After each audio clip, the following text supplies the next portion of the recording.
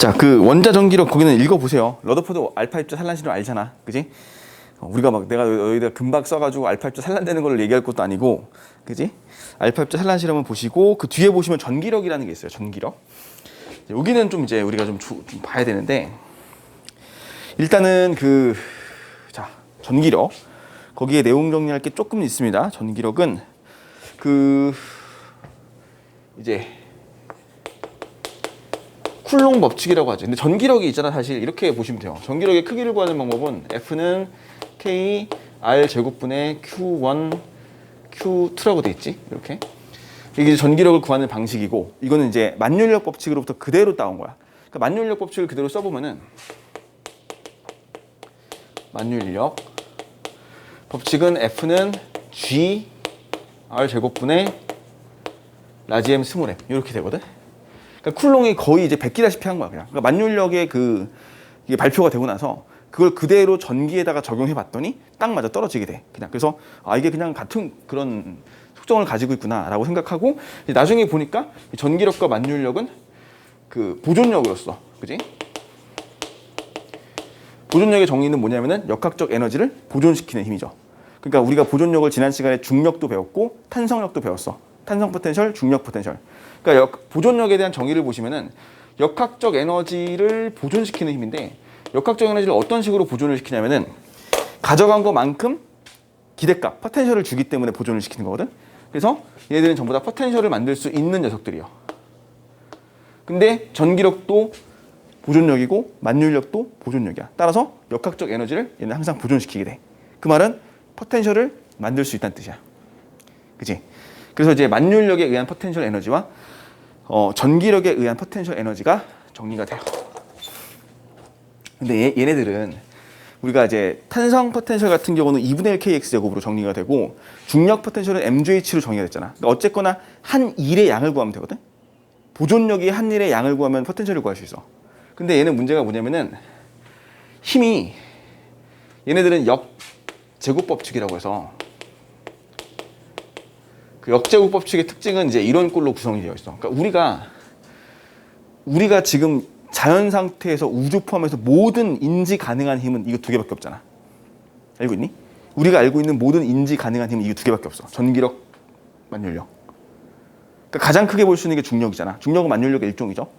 그리고 나머지 뭐야? 다 전기력. 싹 다. 마찰력, 수직항력, 뭐 부력, 공기 저항력, 또 뭐 있죠? 탄성력. 다 전기력이야. 다 미시세계의 원자와 전자 간의 어떤 상호작용에 의해서 나타나는 작용된 힘이에요. 모든 힘들이 다. 그러니까 다 우주는 다 이 힘 두 개로 지배가 되고 있다고 보시면 돼요. 그냥. 그리고 나머지는 우리가 알 필요 없는 핵력. 들어봤을 거야. 강한 핵력. 그다음에 약한 핵력이라고 해서, 이거는 원자 세계에서 일어나는 힘들이기 때문에 우리한테 상관이 없어. 그러면 나머지 우리가 알고 있는 모든 힘들은 이 두 가지밖에 없어. 얘네들의 특징은 역제곱 법칙이라고 해서 작용하는 범위가 무한대야. 무한대. 그래서 힘의 꼴이 어떻게 되냐면은 이렇게 되죠. 이제 힘, 거리. 그러니까 우리가 일을 구하려면, 일의 양을 구하려면 적분을 해줘야 돼. 얘를 적분을 해줘야 되지 구하는 건데, 이제 꼴이 어떤 꼴인지를 좀 보려고 하는 건데, 보시면은 만율력은 라지 M인 물체가 있고 그 옆에 이제 스몰 M이라는 물체가 있음으로써 얘가 어떻게 돼? 항상 당겨지죠, 이쪽으로. 그지? 끌려간단 말이야. 근데 이게 이제 끌려가는 만율력의 방향이거든. 근데 만율력의 방향대로 일을 하게 되면은 반드시 포텐셜이 감소하게 돼. 그죠? 중력 포텐셜 한번 가볼까? 여기에 이제 mg가 있고요. 얘를 놓으니까 떨어지게 되지. 그럼 얘는 낙하하는 방향이 어느 방향이냐면 중력 방향, 아래쪽이죠. 아래쪽으로 힘이 작용해서 얘는 운동을 시작하면서 운동 에너지가 증가하고 포텐셜은 감소하지. 그러니까 중력이 작용하는 방향은 반드시 포텐셜의 감소 방향이야. 그러니까 마찬가지로 만율력이 작용하는 이 방향도 포텐셜을 뭐하는 방향? 감소시켜서 운동 에너지를 증가시키는 방향이죠. 그러니까 얘의 포텐셜을 증가시키려면 어디로 보내야 돼? 바깥쪽으로 보내야 돼. 만율력 방향의 반대 방향으로. 근데 얘는 어느 지점에 놓든 간에 전부 다 만율력이 작용한단 말이야. 얘는 이제 무한대까지 작용하는 역제곱 속성을 갖고 있기 때문에 얘를 어디까지 보내야 되냐면 무한대까지 보내야 돼요. 무한대까지 보내게 되면은 더 이상 만율력이 작용하지 않아서 얘를 끌고 가지 않아. 그때 포텐셜 에너지가 0이 되는 기준점으로 보시면 돼요. 여기가. 그치? 이 중력 포텐셜은 여기가 기준점이잖아. EP, 포텐셜 에너지가 0이 되는 지점이 지면이거든, 지면.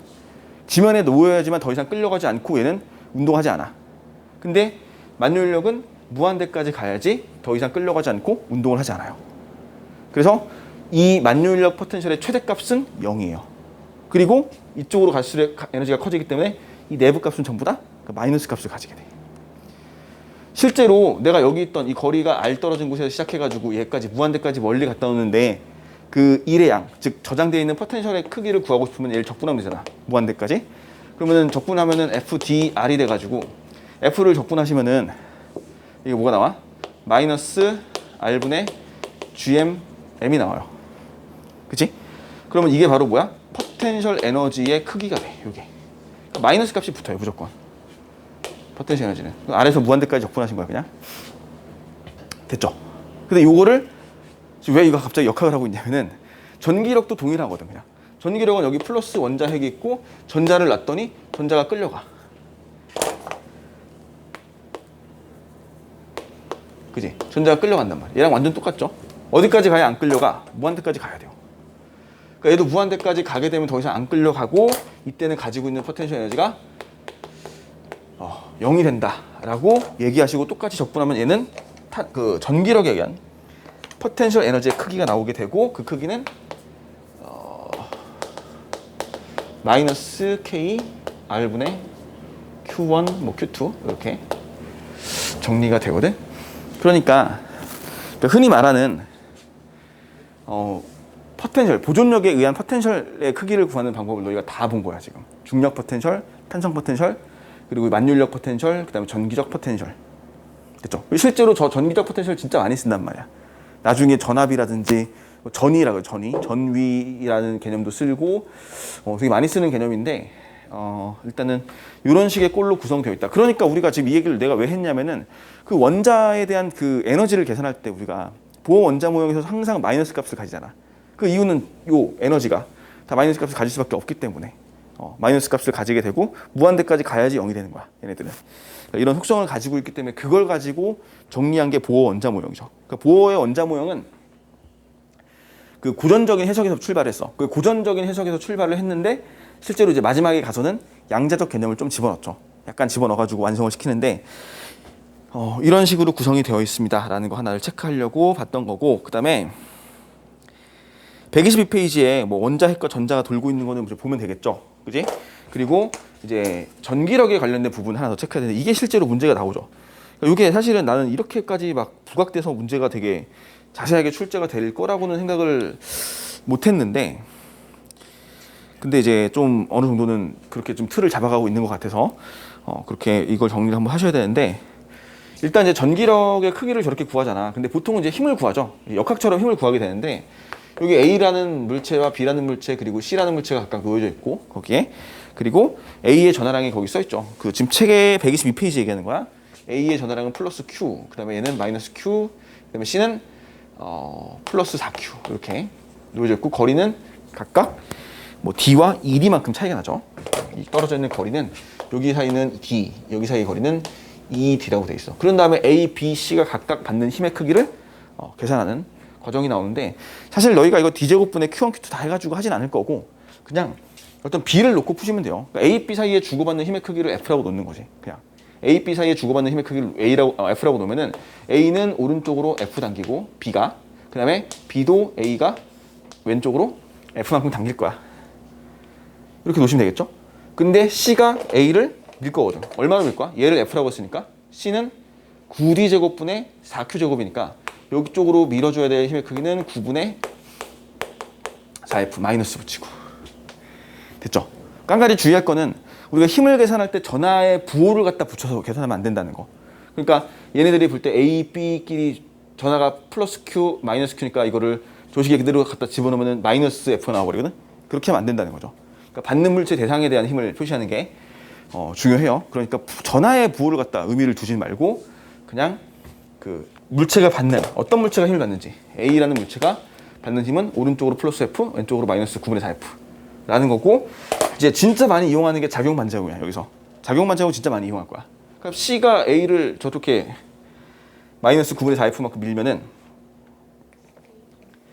A도 C를 오른쪽으로 플러스 9분의 4F만큼 밀고, 그지? 그 다음에 이제 BC가 서로 끌어당기겠죠. BC가 서로 끌어당기는 힘이 크긴데, 보니까 4D제곱분의 4Q제곱이거든? 따라서 얘도 F. 이렇게 되죠. 그러니까 뭐 F끼리는 의미 없는 거니까. 결국에 얘네들의 알짜 힘, A가 받는 알짜 힘은 플러스 9분의 5F가 되고요. 맞아? 뭔가 이상하지? 아니, 맞죠? 플러스 9분의 5F. 얘는 마이너스 9분의 5F. B는 작용힘이 0이네. 됐죠? 이렇게 놓고 어차피 이렇게 A, B, C를 각각 고정시켜 놓고 우리가 힘을 따지다 보면은 얘네들은 전체 묶어가지고 어떻게 돼? 다. 전체 묶어버리면 그냥 알짜 힘 0인 관계야, 그냥 얘네들은. 그러니까 이제 보통 고정을 시켜놓고 하는데 전체 셋 다 얘네들끼리 어차피 A가 B를 밀고 B가 A를 밀고 A가 C를 밀고 C가 A를 밀고 막 이런 거 한단 말이야. 그러니까 결국에 한 덩어리를 묶어봤을 때는 그냥 다 작용반작용 평행관계로 만들 수 있지.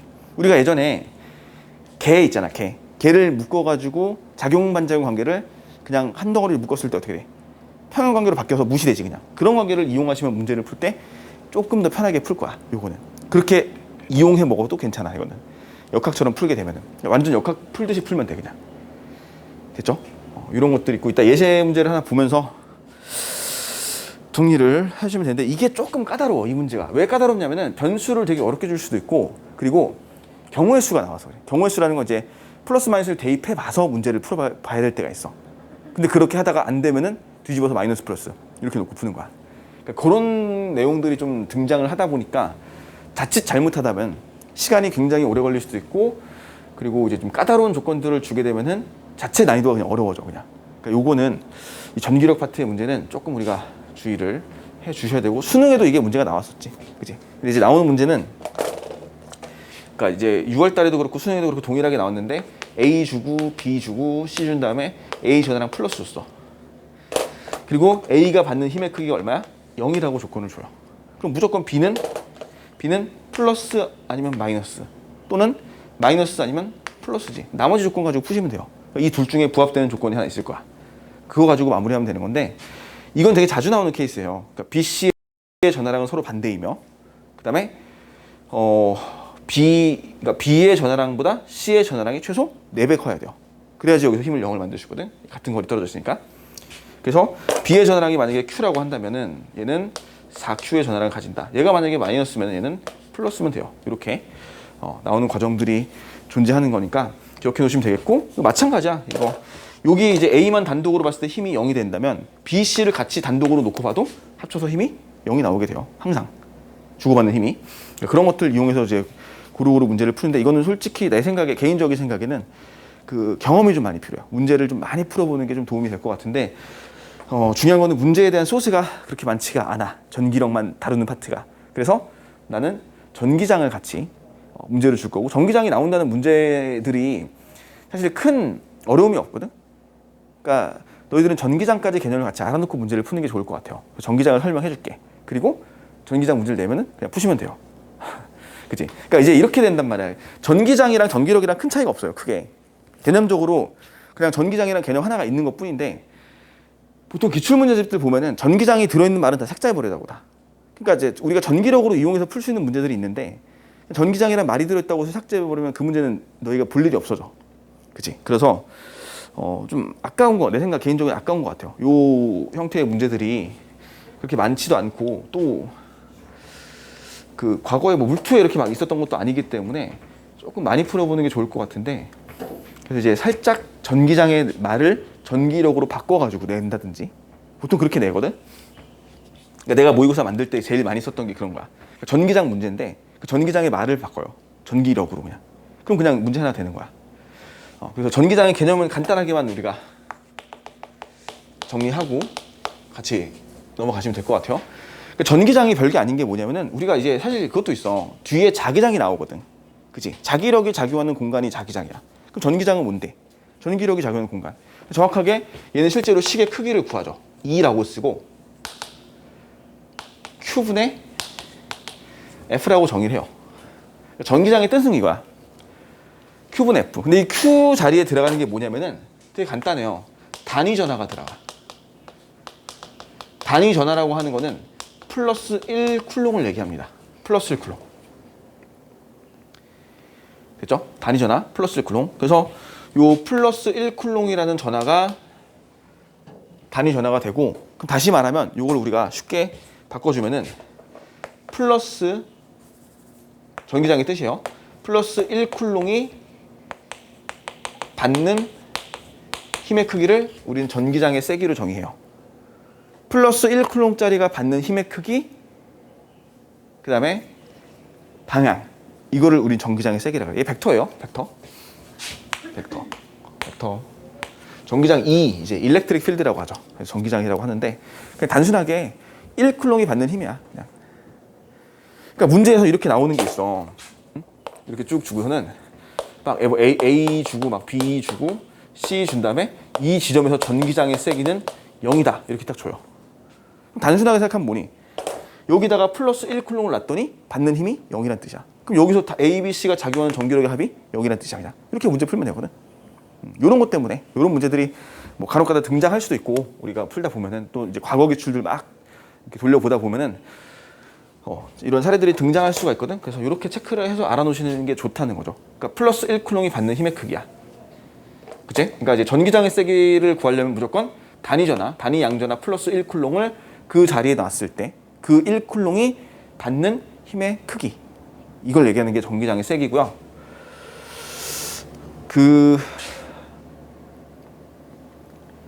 요 F 자리에다 이제 뭘 집어넣냐면 저 전기력자를 집어넣어. F는 K R 제곱분의 Q1, Q2가 들어가는데 Q2 자리가 이제 1 쿨롱이 되는 거지. 그래서 다시 정리하시면 E는 전기장의 세기는 거리 제곱에 반비례하고요. K, Q, 1에 비례하거든.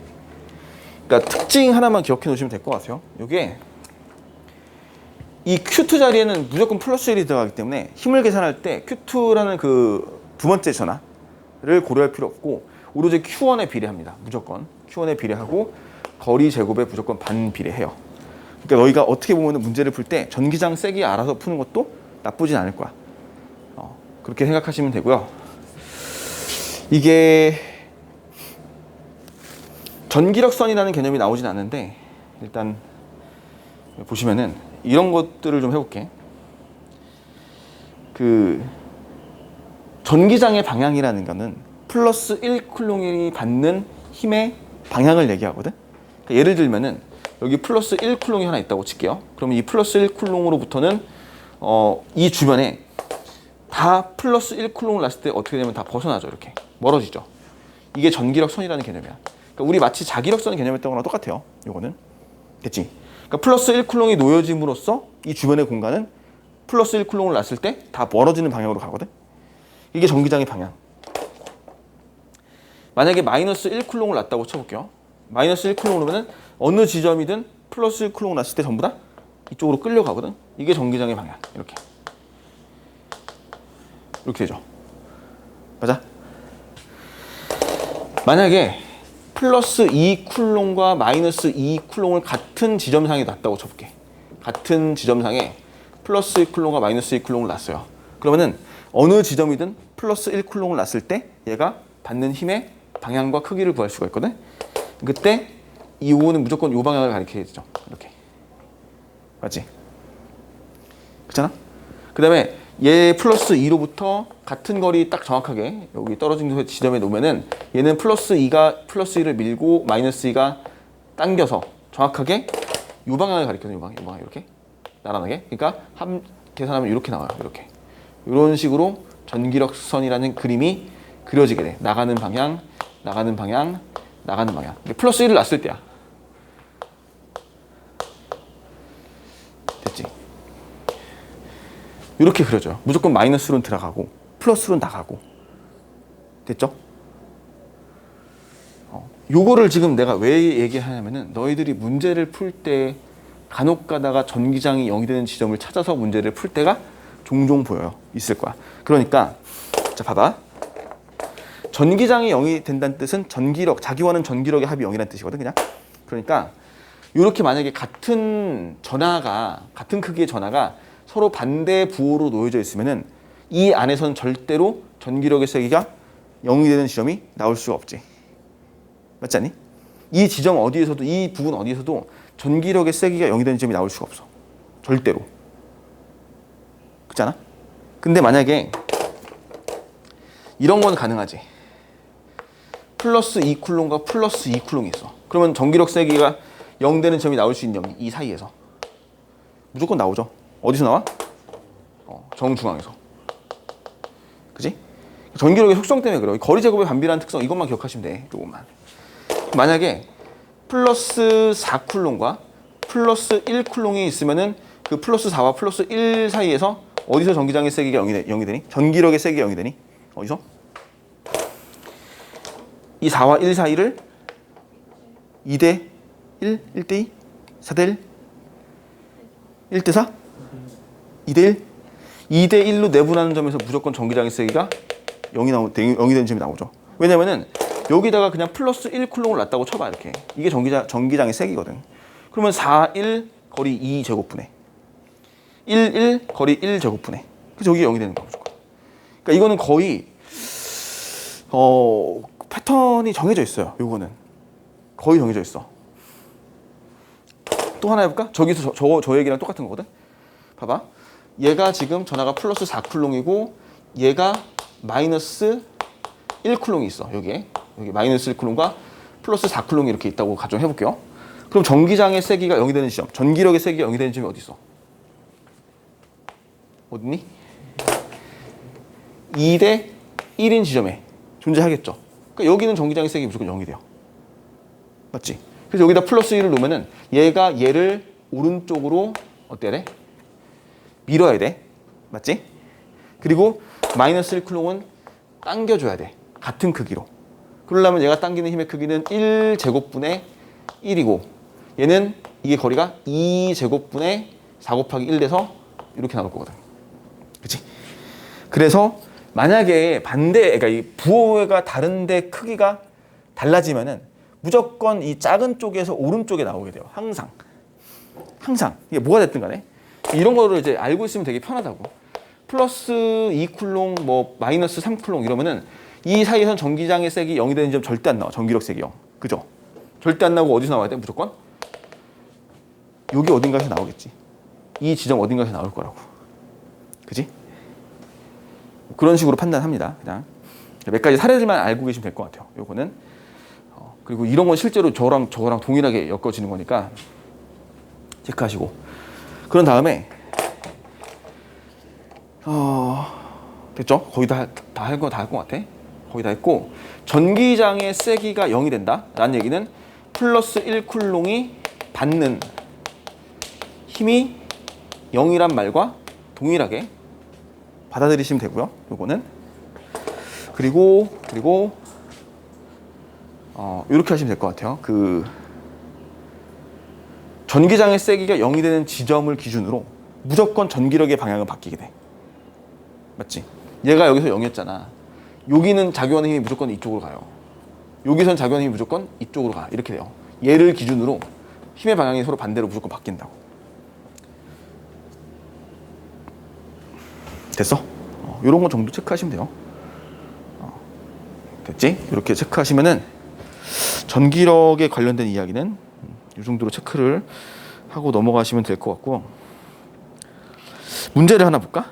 뒤에 좀 이르지만 전기력 문제를 한 김에 보자. 이걸 볼게. 5번, 6번만 두 개 먼저 볼게요. 5번이 이제 2020년 6월 평가원 문제였어. 그리고 그 아래 문제는 바로 그해 수능 문제. 근데 완전 똑같아요, 문제가. 보시면 아시겠지만 완전히 동일한 문제야. 5번과 6번은. 지금 각각 두 개를 풀어볼게요. 두 개 풀어보고 해설을 같이 할게. 일단 5번을 봐볼게요. 5번을 보고 다시 6번을 한번 봐볼게. 5번의 경우에는 A, B, C가 되고 플러스라고 준 다음에 얘가 B가 받는 전기력의 방향이 왼쪽이라는 사실을 조건을 줬죠. 이렇게 쭉 한번 해볼게요. 그냥 일단은 그럼 얘는 뭐 마이너스 플러스 또는 플러스 마이너스가 나와야 되는 건 맞지? 아까 했던 것처럼. 그래서 이제 얘가 받는 힘의 크기가 0이라고 조건을 줬기 때문에 이렇게 나올 거야. 근데 뭐는 하나가 확실히 안 되는 게 확정이래. 얘가 이제 C가 마이너스고 B가 플러스면은 절대로 B가 왼쪽으로 힘을 받을 수가 없죠. 그치? 그러니까 얘는 안 되는 거야. 그러면 뭐가 돼야 돼? B가 마이너스가 돼야 되고 확정이 얘가 플러스가 돼야 되는 거야. 그리고 전화량은 마이너스 Q겠고 얘는 플러스 4Q가 돼야 돼요. 맞지? 이렇게 확정을 하는 거야 일단. 자, 그래서 이제 거기 보시면은 기억보기 B는 음전화 맞죠? 전화량의 크기는 C가 A보다 크다라고 돼 있는데 보시면은 이제 얘가 플러스잖아. 둘 다 플러스인데 같은 거리 떨어져 있는데 B가 왼쪽으로 힘을 받았다는 얘기는 B의 전화량이 Q라고 한다면 A는 일단 4Q보다 무조건 커야 되죠. 그래야지 얘를 끌고 갈 수 있거든. 전화량의 크기는 A가 C보다는 커야 돼요. C보다 무조건 B가 더 커야 되겠고, 그치? 마지막 보기 C가 받는 전기력. C가 받는 전기력을 보자. 이걸 좀 표시를 해볼게요. 한번 보시면은 다시 이게 바로 답이 나오거든. 사실 이게 플러스 X 받아야 돼 무조건. 근데 바로 나와야 되는데 바로 나오는데 일단 한번 과정을 해볼게요. 이게 이제 이런 식으로 가는 게 맞는 거죠. 원래 이제 원래대로 풀이를 가면은 일단 A와 B는 서로 끌어당기지. A가 플러스니까, 그지? 이 힘의 크기를 FAB라고 한번 나올게요. 일단 A, B가 서로 끌어당겨. 그 다음에 다른 색깔로 쓸게요. C가 있을 때 A와 C는 서로 밀거든. 이렇게 밀고 밀어요. 이렇게.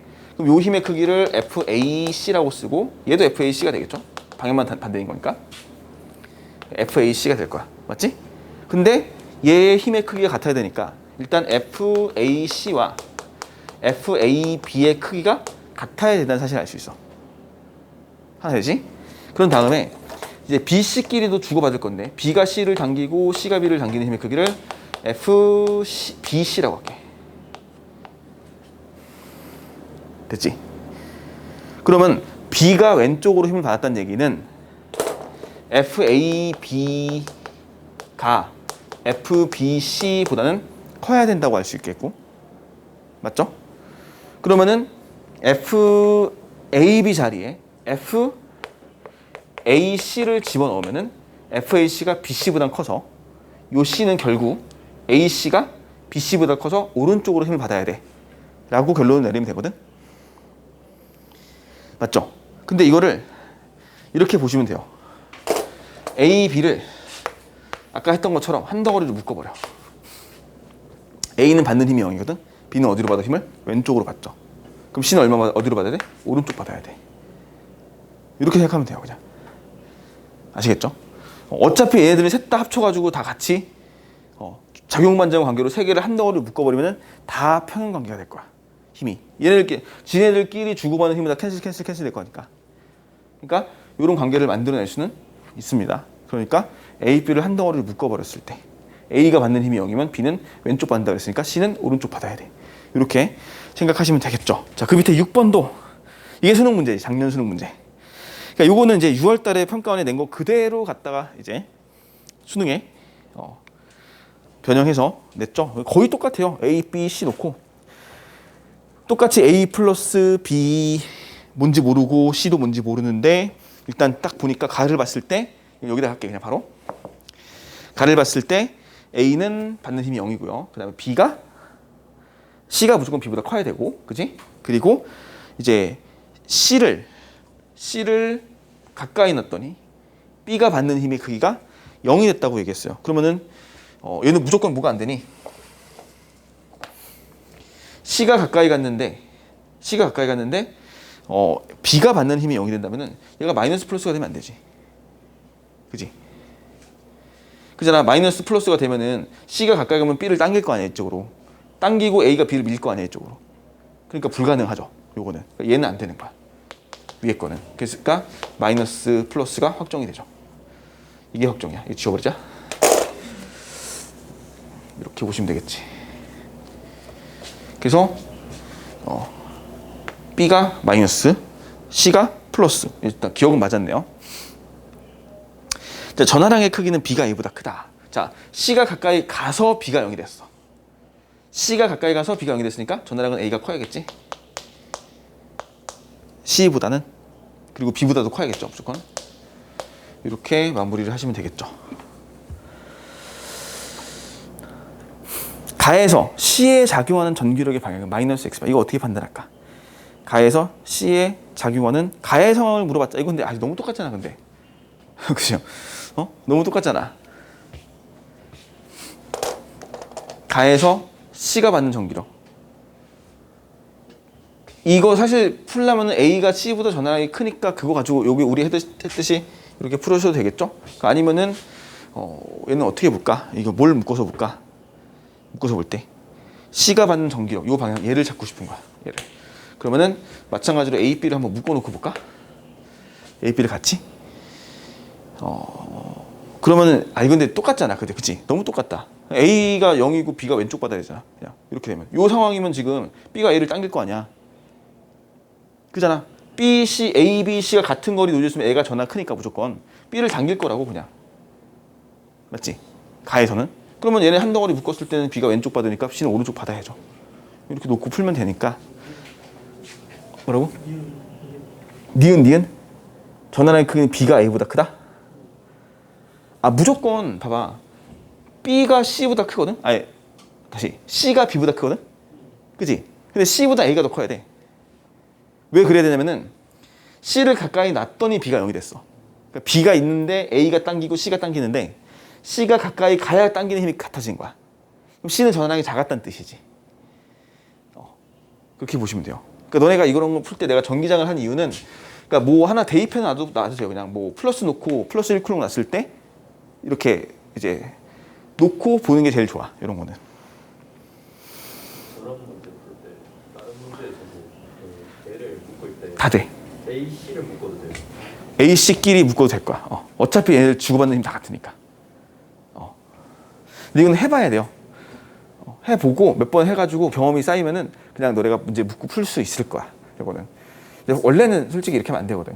근데 이렇게 하면 안 되는데 이제 지금 이 정도의 수준의 문제에서는 보통 그러니까 이게 아닐 수가 있어. 이게 안 되는 경우가 있단 말이야. 있긴 있는데 내가 봤을 때는 여태까지 보면서 없었던 것 같거든. 그래서 이제 일단 그렇게 한번 해보세요. 나도 그렇게 계속 이제 해보고 있거든 지금 다 경우들을. 근데 일단 그렇게 생각해 보시면은 될 것 같아요. 됐죠? 자, 우리 좀 쉬었다가 보호 원자 모형 마무리하고 반도체 마무리할게요. 좀 쉬었다 할게. 보호 원자 모형이죠. 이제 보호 원자 모형은 보시면은 이제 러더퍼드 원자 모형의 문제점이 있었지. 러더퍼드 원자 모형의 이 문제점이 두 가지가 있었는데 첫 번째는 원자가 안정적으로 돌 수 없었다. 돌면 안 된다는 거야. 왜냐면은 러더퍼드 원자 모형에 따르면은 원자 핵 주변에 전자가 돌아요. 전자가 지금 무슨 운동하는 거냐면 등속 원운동하고 있어. 근데 전자가 등속 원운동한다는 얘기는 얘는 반드시 이 전자는 가속도 운동을 하고 있다는 뜻이거든. 그죠? 등속 원운동은 가속도 운동이야. 그러니까 가속이 되면 전자가 가속이 되면은 반드시 전자기파를 방출해요.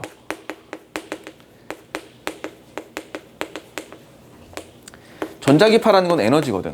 그러니까 에너지를 방출할 수밖에 없다는 거야. 그러면 전자가 에너지를 방출하면은 얘 계속 궤도가 축소될 수밖에 없어요. 이렇게. 그리고 결국 충돌하겠지. 원자핵과. 그러니까 얘가 계속해서 전자기파라는 걸 방출한단 말이야. 날아가면서 돌면서 계속 전자기파를 방출할 수밖에 없어. 그러면 결국에는 에너지를 잃어버리는 거니까 원자핵이 자꾸 끌어당겨서 포텐셜 에너지가 감소하고 그러다 보면 원자가 충돌해서 붕괴돼야 되는데 실제로는 원자가 매우 안정하죠. 그러니까 원자가 왜 안정한지를 설명할 수 없었고, 두 번째는 원자에서는 실제로 선 스펙트럼이 방출되는데, 그치? 이 선 스펙트럼이 왜 방출되는지 알 수가 없어. 지금 이 상태로 봤다면은 연속 스펙트럼이 나와야 될 것 같은데, 실제로 원자는 선 스펙트럼이 방출돼 나와요. 그러니까 이 왜 선 스펙트럼이 방출돼 나오는지는 알 수 없었어. 그리고 실제로 그 당시만 해도 수소에서 방출이 나오는 이 방출선 스펙트럼 있죠. 수소의 방출선 스펙트럼은 꽤 많이 조사가 돼 있는 상태였거든. 방출 스펙트럼, 수소에서부터 나오는 수소를 고압 방전시켰을 때 수소를 굉장히 높은 에너지 상태로 만들어준 다음에 거기서부터 나오는 방출돼 나오는 그 빛들을 프리즘을 통과시켜서 봤더니 선 스펙트럼이 나왔거든. 왜 걔가 선 스펙트럼이 나온지도 모를 뿐더러 충분히 많은 양의 방출 선 스펙트럼을 조사를 해 진행이 돼 있는 상태였기 때문에 이게 이제 설명이 안 됐던 거고, 이제 보어가 그거를 이제 해결해 주죠. 이제 보어 모형이 등장하는데, 보어 모형의 첫 번째는 양자화죠. 그 양자 조건이라는 개념을 들이지. 양자 조건. 이제 보어가 말하기로는 이런 거지. 그 전자의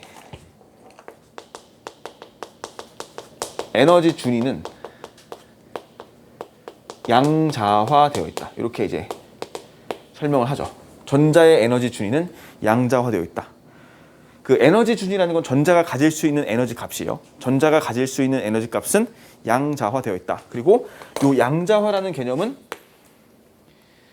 우리 알고 있니? 알고 있죠? 뭐라고 해?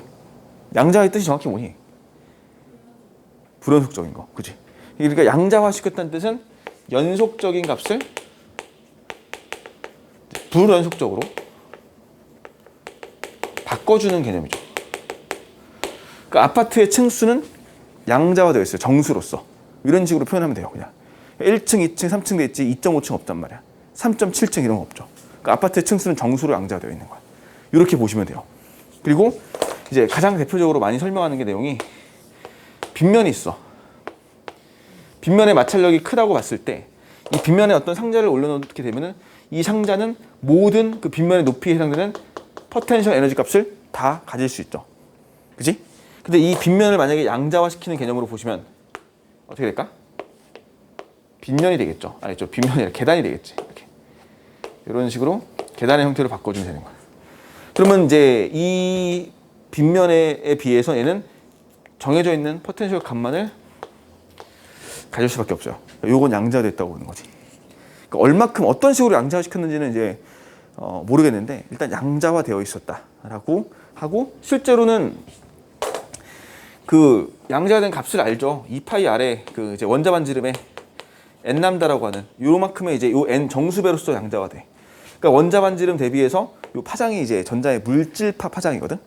그러니까 이제 뭐 어떤 특정 값이 있는데 그 값에 대해서 정수배로 양자화되어 있다라고 주장을 해요. 그러니까 이제 이걸 뭐라고 하냐면은 주양자수라고 하죠.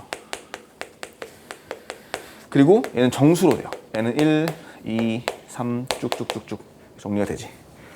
다시 말하면 원자의 주변에 돌고 있는 전자의 에너지 준위, 즉 전자가 가질 수 있는 에너지 값은 양자화가 되어 있고, 그 양자화의 값은 정수로서 특정한 값의 정수배로서 양자화가 되어 있기 때문에 이 정수 1, 2, 3, 4 해가지고 쭉쭉쭉 가는 거죠. 쭉 가는데 얘가 n이 무한대까지 가고요. 이때 무한대가 됐을 때 가질 수 있는 에너지 값은 얼마가 되냐면 0이 됩니다. 맞죠? 아까 했던 거야. 그래서 이 안쪽의 모든 값들은 다 마이너스 값을 가질 수밖에 없어요.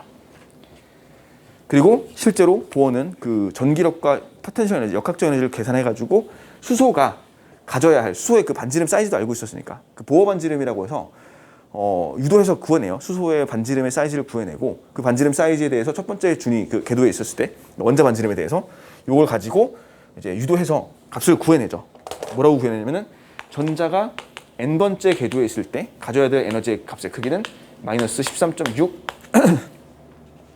뭐 아파. 왜 이렇게 아프냐. 마이너스 13.6 일렉트론 볼트를 n 제곱으로 나눈 값이랑 같아야 돼. 이렇게 이 값을 유도하죠. 이거는 수소가 n번째 준위에서 가질 수 있는 에너지의 값이요. 양자화되어 있는. 그래서 이거 이제 정리해서 풀어준 값이 이제 여기서부터 시작해서 첫 번째부터 시작해서 첫 번째 n이 1일 때 이 값은 마이너스 13.6 일렉트론 볼트래요. 그다음에 이제 두 번째 궤도가 되면은 이 값은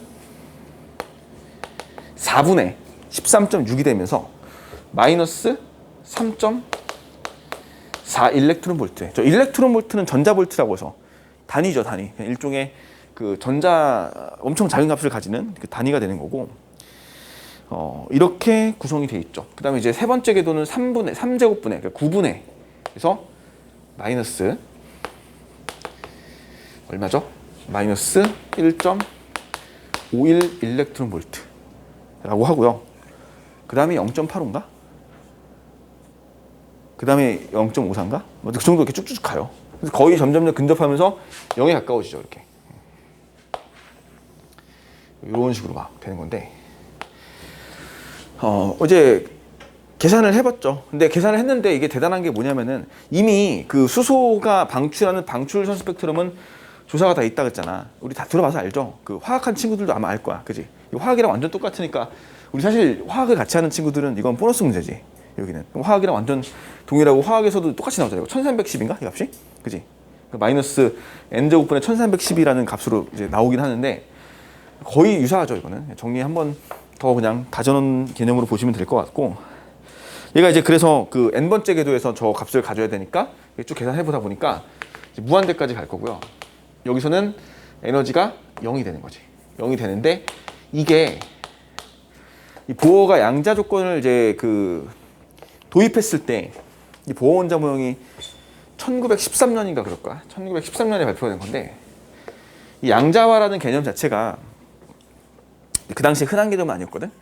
근데 이제 그 1900년에 플랑크라는 과학자가 처음으로 양자가설이라는 걸 이제 세워줘.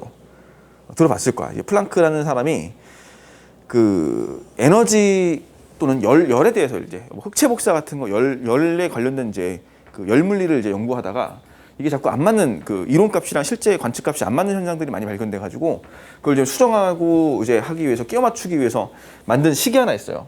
그게 이제 양자설이라는 건데, 그 식이 뭐냐면은 E는 NHF, HF라고 쓸게요. 그냥. N은 뭐 HF라는 식을 하나 만들어 놓죠.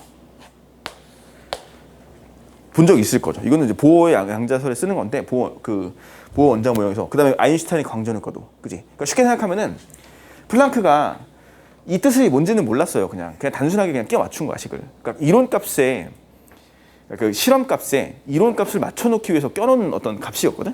근데 이걸 이제 보어가 원자에 대입한 거고, 아인슈타인이 광전효과 같은 거에 대입한 거야. 그냥 갖다 쓴 거야, 그냥. 써가지고 양자화라는 개념을 써봤더니 다 맞아 떨어지고 설명이 되는 거야. 그래서 이제 플랑크 본인 자체는 사실 이게 무슨 뜻이 있는지도 모르고 쓴 거야, 그냥. 그리고 그 플랑크 상수라고 하는 부분 있잖아. 상수가 되게 대단한데 이제 어디든 다 나와요, 상수가. 이 플랑크 상수는 진짜 어마무시하지. 이 값도 심지어 6.63인가? 6.33인가? 6.63 곱하기 10의 마이너스 34승이야. 값도 엄청 작은데 거기다 단위는 더 대단해. 줄세크예요, 단위가. 에너지 곱하기 시간이거든, 단위가. 그러니까 이상한 상수가 있어. 근데 이 상수가 뭐 우주에 어디서부터 다 쓰여요. 온갖 때 다 쓰이는 거야. 뭐 파동함수를 쓰던 뭐 어디 뭐 무슨 뭐 이상한 뭐 별의별 그 어떤 물리적 현상을 설명할 때 다 쓰이는 상수인데 이것도 몰랐어요. 잘 모르는 상태에서 그냥 한 건데, 플랑크 상수라는 개념이 있는데 이거 무시하시고 제일 중요한 개념은 우리는 에너지가 진동수랑 비례한대요. 그냥 이거 하나만 체크하시면 돼요. 이게 제일 중요한 거야. 에너지랑 진동수는 비례한대. 그래서 이렇게 쓸 수가 있는 거지. 전자가 얘가 이제 낮은 궤도에 있다가 높은 궤도로 올라갈 때 그 에너지를 흡수하죠. 에너지를 흡수하면서 궤도 전이를 할 수 있거든. 또는 높은 궤도에 있던 전자가 낮은 궤도로 전이할 때는 또 에너지를 방출해요. 이런 걸 이제 찾아냈거든, 전자들이. 근데 그 값을 우리가 계산했다고, 보어가 유도해가지고 이 값으로. 그래서 봤더니 만약에 2인 궤도에 있던 녀석이 1인 궤도로 궤도 전이가 됐을 때 이때는 무조건 에너지를 방출할 것인데, 이때 방출해야 될 에너지의 크기, 다시 n이 2인 궤도에서 n이 1인 궤도로 전이할 때 그때는 에너지를 방출하는데, 이때 방출되는 에너지의 형태는 이게 이제 뭐냐면 빛이죠. 광자예요, 광자. 광자라는 빛의 형태로 에너지가 방출될 것이고, 이때 이 방출되는 에너지의 크기는 저 플랑크의 양자설을 이용해서 쓸 수 있다는 거죠. 이렇게 HF꼴로. 그러니까 여기서 방출되는 에너지의 크기는 얼마였냐면은 10.2 일렉트론 볼트고, 여기에 대해서 플랑크 상수 곱하기 진동수 값으로 어떤 특정한 진동수를 계산할 수가 있어. 그치?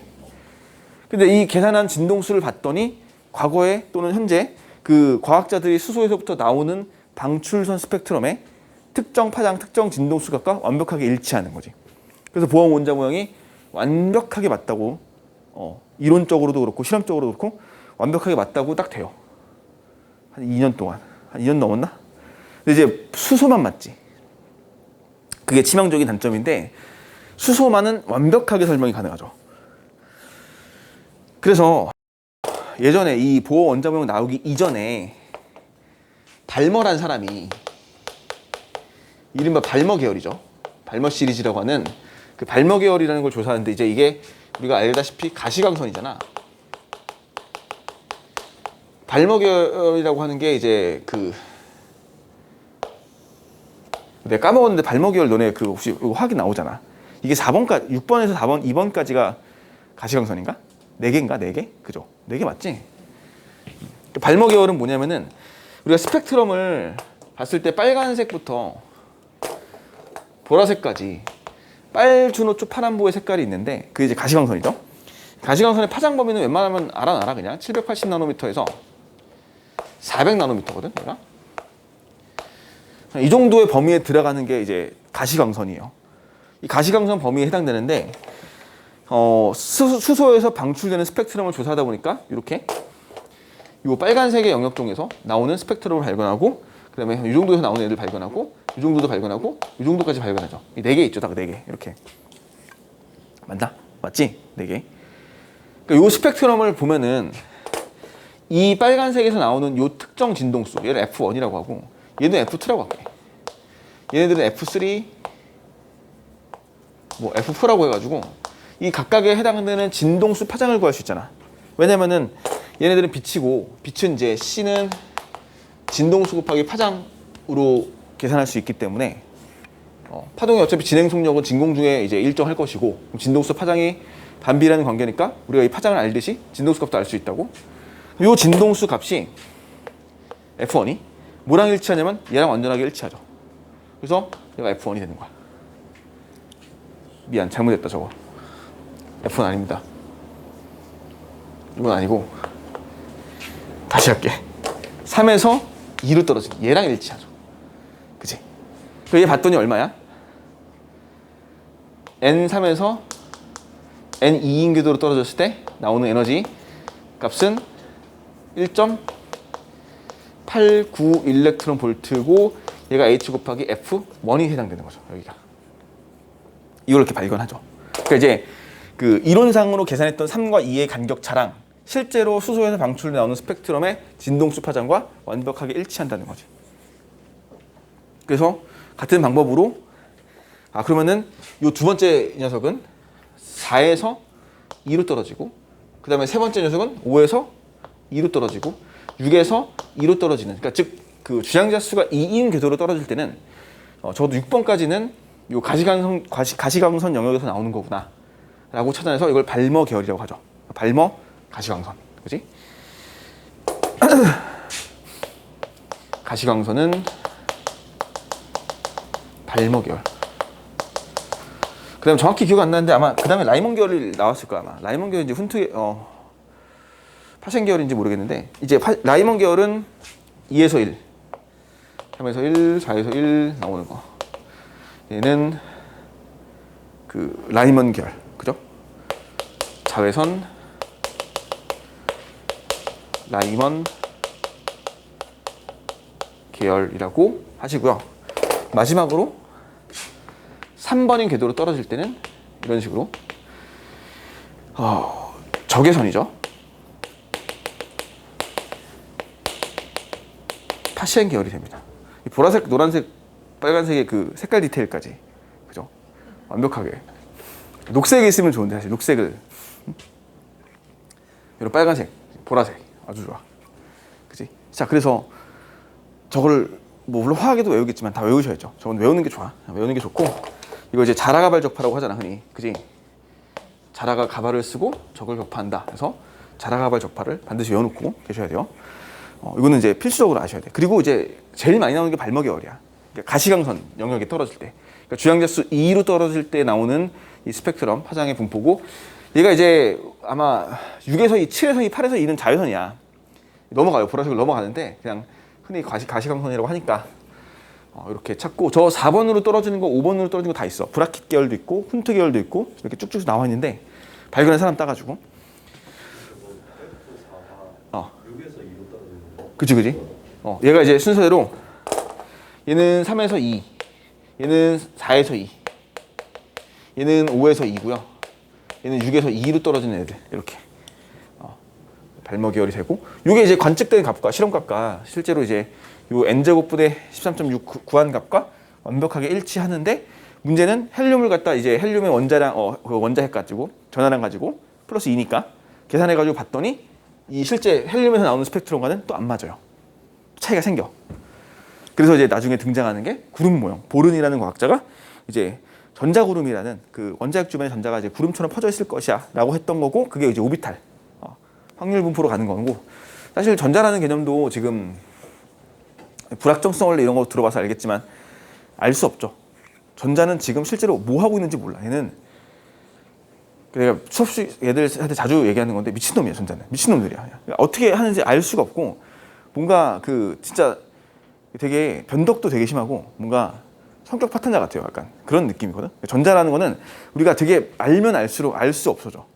그러니까 그런 좀 이상한 애들인데 실질적으로 전자가 모든 걸 다 관여하죠. 거의 대부분 다. 모든 뭐 자연 현상들이나 뭐 화학 반응이나 이런 걸 보시면은 다 전자가 관여하는데 이 전자가 굉장히 중요하지만 실제로 우리는 전자가 뭘 하고 있는지 어떻게 돼 있는지 알 수는 없다. 다만 이제 확률로서 그냥 이럴 거야라고 추측하는 정도로 계산한다고 보는데 자, 뭐 주요 내용들을 정리 다 했죠. 어려운 내용은 아니고 실제로 시험에서 가장 많이 나오는 내용을 많이 물어보는 내용이 뭐냐면은 요거야 요거. E는 HF. E는 HF 관계식이고 요거 이제 변형시켜 가지고 람다분의 HC라고 정의하는 거죠.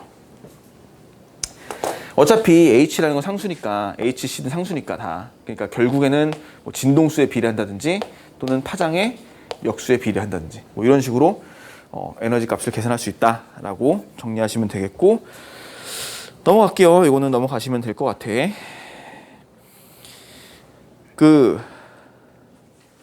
요 간격이 좁아지는 거 있잖아. 간격이 짧아지는 거. 요거는 반드시 아셔야 돼. 이쪽으로 갈수록 에너지가 커져.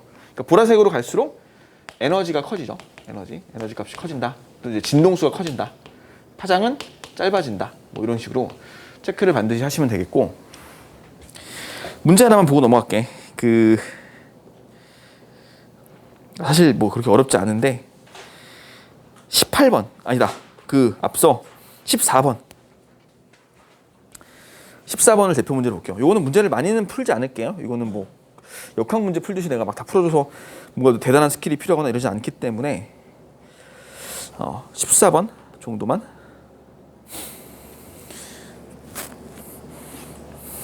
이거 이제 람다1, 람다2의 그 파장을 줬는데 얘 크기 안 줘도 알 수 있지. 그치? 크기를 안 줘도 알 수 있어야 돼요.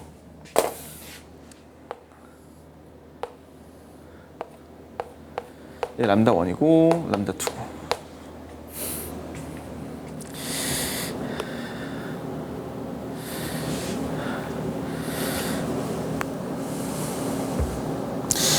(2로) 떨어졌으니까 발머 계열인 거고 A, B, C 놓으면은 이거 그대로 쓸게요. 3에서 2, 4에서 2, 5에서 2니까 여기다 하면 되겠구나. 람다 1이 얘죠.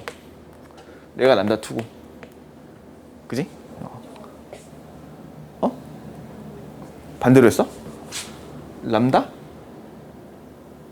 그런가? 잘못했네. 람다 얘가 2고 얘가 람다 1인지 이건가? 맞아요. 이렇게 하네. 아니야? 14번. 람다2가 지금 A 아닌가? 그지? 람다2가 A면은 이거 아니야?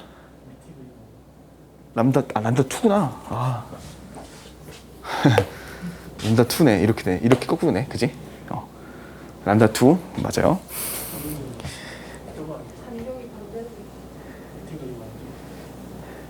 이거를 뒤집어 놓으면 되지. 그지? 그러니까 얘가 여기선 이게 빨간색 쪽이죠. 여기가 빨간색 쪽, 여기는 보라색 쪽. 그림 맞지? 맞지? 그림이 지금 나는 왼쪽을 빨간색으로 놨는데 왼쪽을 빨간색으로 놓으면은 이렇게 될 것이고 오른쪽을 빨간색으로 놓으면 이렇게 될 것이고 여기다 해볼까? 여기다. 얘는 람다2 맞잖아 이거. 그러니까 얘가 지금 어디서 어디야? 얘는 3에서 2로 떨어지는 애지. 얘는 4에서 2로 떨어지는. 그러니까 얘가 지금 A인가? 얘가 B고요. 이렇게 표시가 돼요. 답은 2번이죠.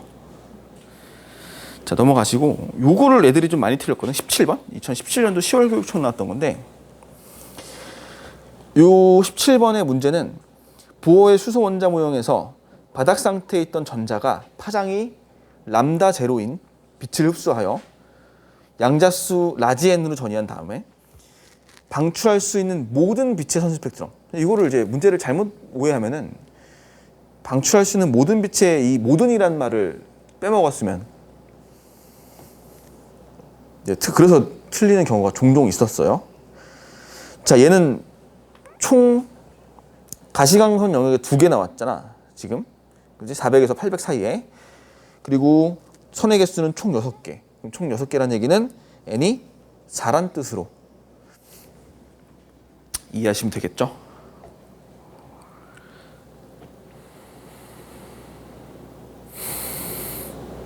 풀어볼래?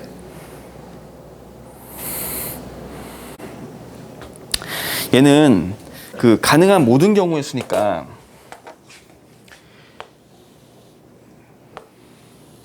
지금 이제 그 얘가 나왔거든. 저기 파장이 지금 2000 가까이 되는 애가 나왔기 때문에 그러니까 파장이 긴 쪽이잖아. 이거는 그 왼쪽으로 가면 파장이 짧은 쪽이고 그럼 바닥 상태에 있다고 했으니까 바닥 상태가 이 상태잖아 지금. 얘가 이제 바닥 상태라고 불리우는 이유는 2와 1의 압도적인 차이 때문이죠. 2와 1은 10점 이내 차이 나거든. 무한대에서 2로 떨어져도 에너지가 3.4밖에 안 되는데 2와 1 차이는 10점 이내 차이가 나요. 그러니까 이 에너지 차이가. 이제 바닥 상태라고 불리고 나머지 전부 다 들뜬 상태. 바닥 상태는 안정한 상태고. 그럼 이제 바닥 상태에 있던 애가 올라가니까 총 몇 가지 올라간 거야 지금? 4까지 올라갔지. 1, 2, 3, 4까지 올라가서 방출되는 가능한 모든 에너지. 그러니까 2에서 1 나오고요. 3에서 1도 나오고 4에서 1도 나오고 그 다음에 3에서 2, 4에서 2, 4에서 3까지 이렇게 해서 이게 이제 가장 파장 긴 쪽이 되겠죠. 얘가 파장 가장 긴 그 빛이 될 것이고 그 람다1, 람다2에 대해서는 람다1이 에너지가 조금 더 크죠. 그 람다1, 람다2는 얘가 되겠죠. 얘가 람다1이 되겠지. 얘가 람다2가 되겠고 오른쪽 왼쪽에서 이렇게 비교하시면 될 것 같은데 자, n은 5이다. 틀렸습니다. 람다 제로는 람다 1 플러스 람다 2이다. 요것도 틀렸죠. 그지? 람다 제로분의 1은 람다 제로분의 1은 이거거든 지금. 이거. 그러니까 람다 제로분의 1은 람다 제로분의 hc란 뜻이에요. 이게 에너지죠, 에너지. 얘와 에너지는 요만큼의 에너지는 얘와 얘 아니죠. 이거는 틀렸습니다.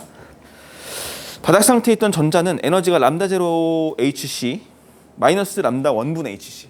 그러니까 람다 제로 요 에너지에서 H1 뺀 거 요거죠. 요거 뺀 거를 흡수할 수 있다.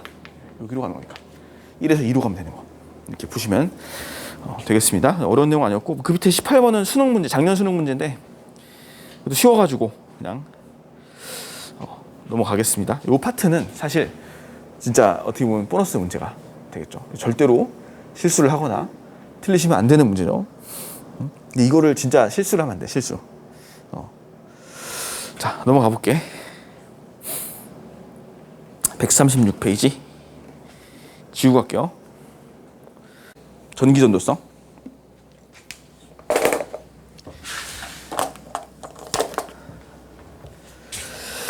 자, 그 기체, 이게 수소기체를 얘기했었죠. 계속 수소기체는 에너지 준위가 쭉쭉 나와 있어. 이렇게. 문제가 없죠. 이거는 에너지 준위가 만들어져 있는데 이 에너지 준위에 대해서는 크게 뭐 신경 쓸 게 없어요. 여기서는. 근데 이제 그 이유가 있죠. 수소기체는 원자와 원자의 간격이 너무 넓어서 큰 뭐 신경을 쓰지 않아도 상관이 없었는데 이제 문제는 이게 이제 고체 같은 물질들을 보면은 고체는 원자 핵과 원자 핵의 간격이 매우 좁아요. 좀 과장해서 그리면은 엄청나게 오밀조밀하게 모여 있단 말이야. 이게 위, 아래, 뭐 양옆에, 앞뒤로 다 엄청나게 많이 막 무수하게 원자들이 쌓여 있어. 그러니까 이 고체들이 만드는 에너지 준위들은 여기서 다 엉켜 있을 거라고. 얘네들이 겹쳐져 있고. 그런데 그 파울리라는 사람이 파울리 베타울리. 이 파울리 베타울리는 뭐냐면은 배척하다는 뜻이야. 밀쳐내는 뜻인데 이게 하나의 양자 상태를 가지는 전자는 한 개밖에 없어요. 한 개의 양자 상태를 가질 수 있는 전자는 한 개. 그러니까 하나의 양자 상태라는 거는 스핀수까지 고려했을 때 전자는 스핀수가 두 개가 있기 때문에 전자의 스핀수를 고려하면은 하나의 양자 상태를 가질 수 있는 전자는 최대 두 개까지 들어가. 즉 한 개의 에너지 값이죠. 양자 상태의 에너지 값을 가지는 전자는 최대 두 개. 쉽게 생각하면 전자 에너지 준위의 값이 두 개 이상 못 들어간다는 뜻이고, 그러다 보니까 얘네들이 무수하게 많은 전자들이 그 특정한 값을 가지고 싶어 하지만 못 가져서 서로 어떻게 돼? 밀쳐낸다는 뜻이죠. 베타라는 말이. 그래서 요 하나의 에너지 값을 가지는 전자가 두 개가 있으면은 더 이상 다른 전자들은 그 값을 가지지 못하고 살짝 밀쳐지면서 다른 곳에 존재하게 되고, 또 얘가 밀쳐지면서 다른 곳에 존재하면서 쭉 퍼져나가죠. 이런 식으로. 파란색도 있고 빨간색도 있고. 구분을 하자면 이렇게 점점 이게 밀쳐지면서 얘가 어떻게 되냐면은 두꺼워지죠. 어떤 이런 띠를 형성하게 되거든. 무지개 떡 같지? 띠를 만드는데 에너지 띠, 이걸 이제 에너지 띠라고 얘기합니다. 에너지 띠라고 얘기를 하고요. 이 에너지 띠는 부분적으로 특징이 연속적이야. 이건 이제 되게 중요한 특징이죠. 원래 얘네들은 어땠어? 불연속적이죠. 불연속적. 그래서 이런 말을 많이 쓰거든. 이 에너지 준위에서 이 수소기체는 궤도 전위를 할 때 무조건 띠 틈만큼의 에너지를 흡수하지. 딱 띠 틈만큼의 에너지를 흡수해요. 띠 간격만큼의 에너지를 흡수하는 거야. 근데 얘는 뭐라고 표현하냐면은 띠 틈 이상. 띠 틈의 이상만 에너지를 줘도 충분히 전이가 돼요. 고체들은. 이런 특징이 있고, 이런 띠들을 뭐라고 하냐면 허용된 띠라고 하죠. 허용된 띠. 그 위에도 허용된 띠가 있겠죠. 이렇게 다른 띠들이 있을 것이고, 허용된 띠가 존재하는데 그 사이를 여기를 이제 뭐라고 하냐면은 금지띠란 말 잘 안 쓰죠 요새. 띠 간격. 띠 틈 또는 띠 간격이라고 얘기하고, 허용된 띠들이 이렇게 축축 쌓여 있는 형태로 가는 거죠. 그리고 허용된 띠들 가다가 가장 마지막에 바깥쪽에 뭐가 있어? 허용된 띠들 중에서 가장 바깥쪽. 원자가 띠라고 하죠. 얘를 원자가 띠라고 얘기를 하면 되죠. 원자의 가장 바깥쪽, 가장자리, 원자가 띠. 그래서 이 원자가 띠까지 전자가 채워져 있죠. 전자 쭉쭉 채워져 있어.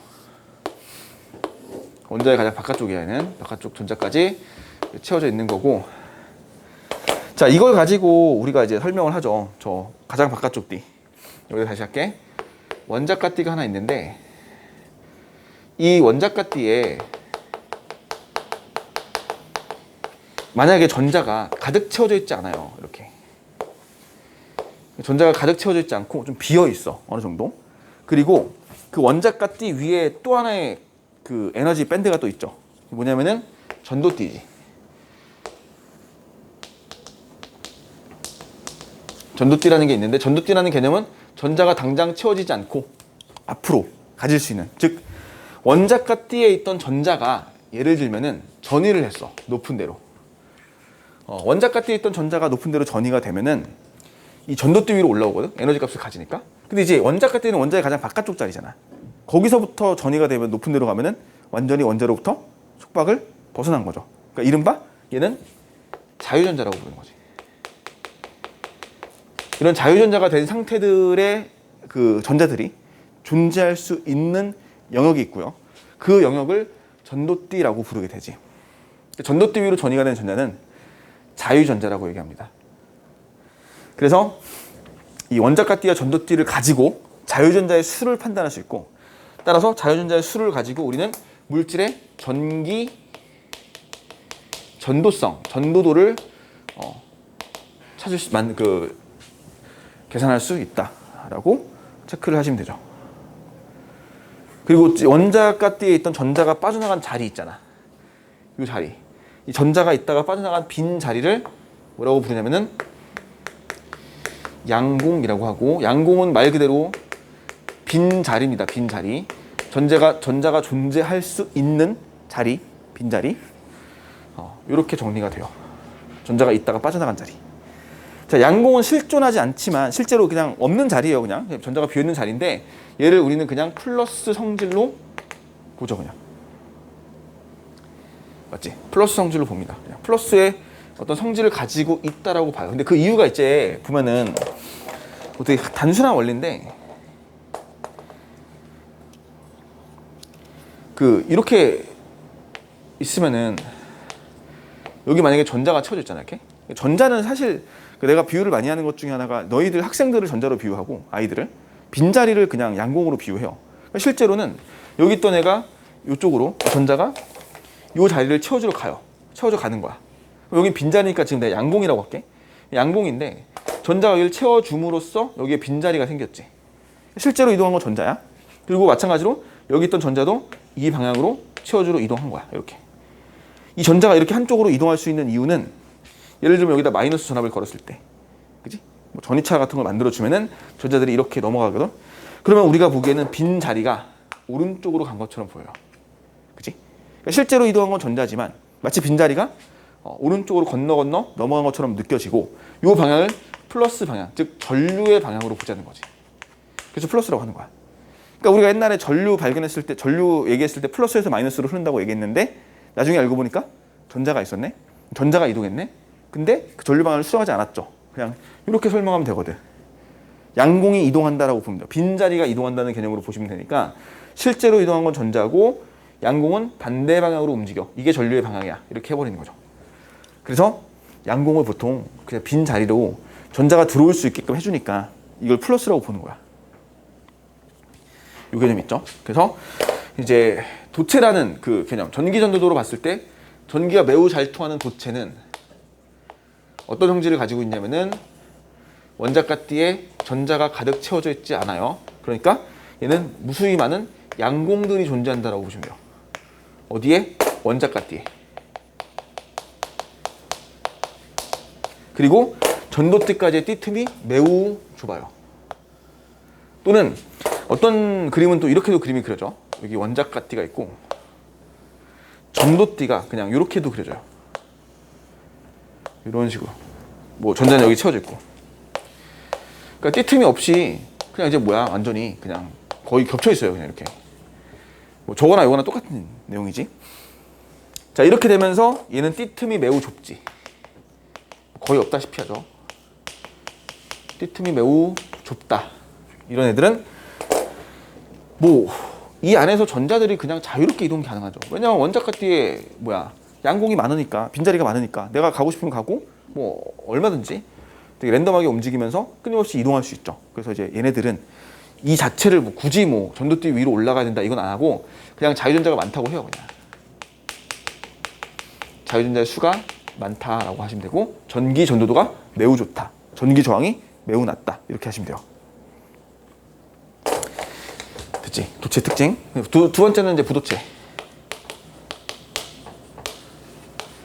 절원체라고도 하죠. 얘를. 전기 안 통하는 물질이고, 얘는 이제 이렇게 원자가띠에 전자가 가득 채워져 있어요. 특징이죠. 전자 가득.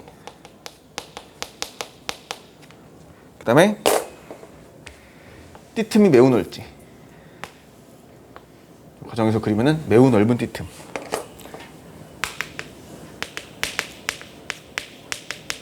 따라서 일단 양공이 없으니까 전자들이 이동을 못할 뿐더러 전이가 돼서 자유전자가 되는 그 전도띠 위로 올라가야 되는데 올라가지도 못하는 거지.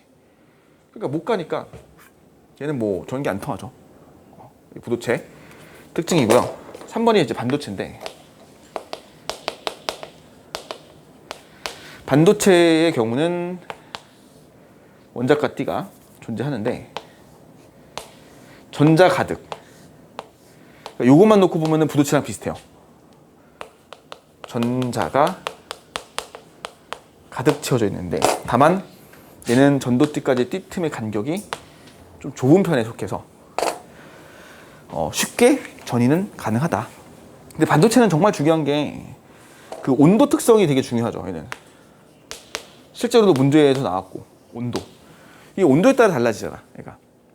그지? 그러니까 자, 두 가지 정도만 구분하세요. 완전히 온도가 낮을 때, 즉 뭐 0켈빈일 때, 완전히 온도가 0켈빈의 상황일 때는 원자과 띠에 전자가 가득 채워져 있고 이 전도띠에 전자가 아예 없죠. 완벽하게.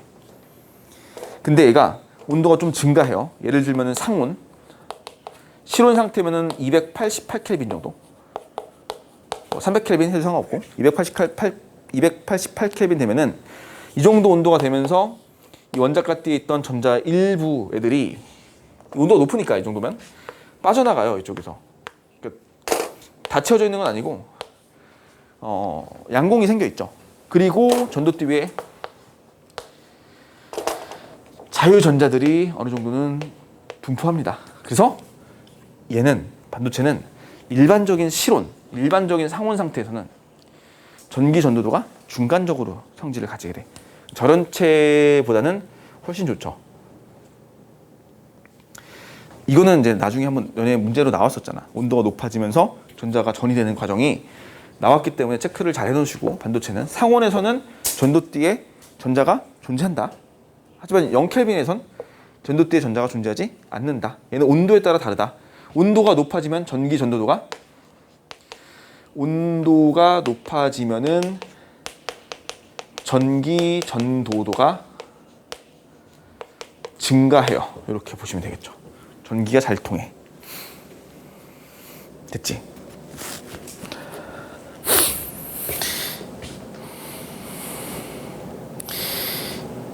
뒤에 139페이지 거기 전기 전도도 나와 있잖아.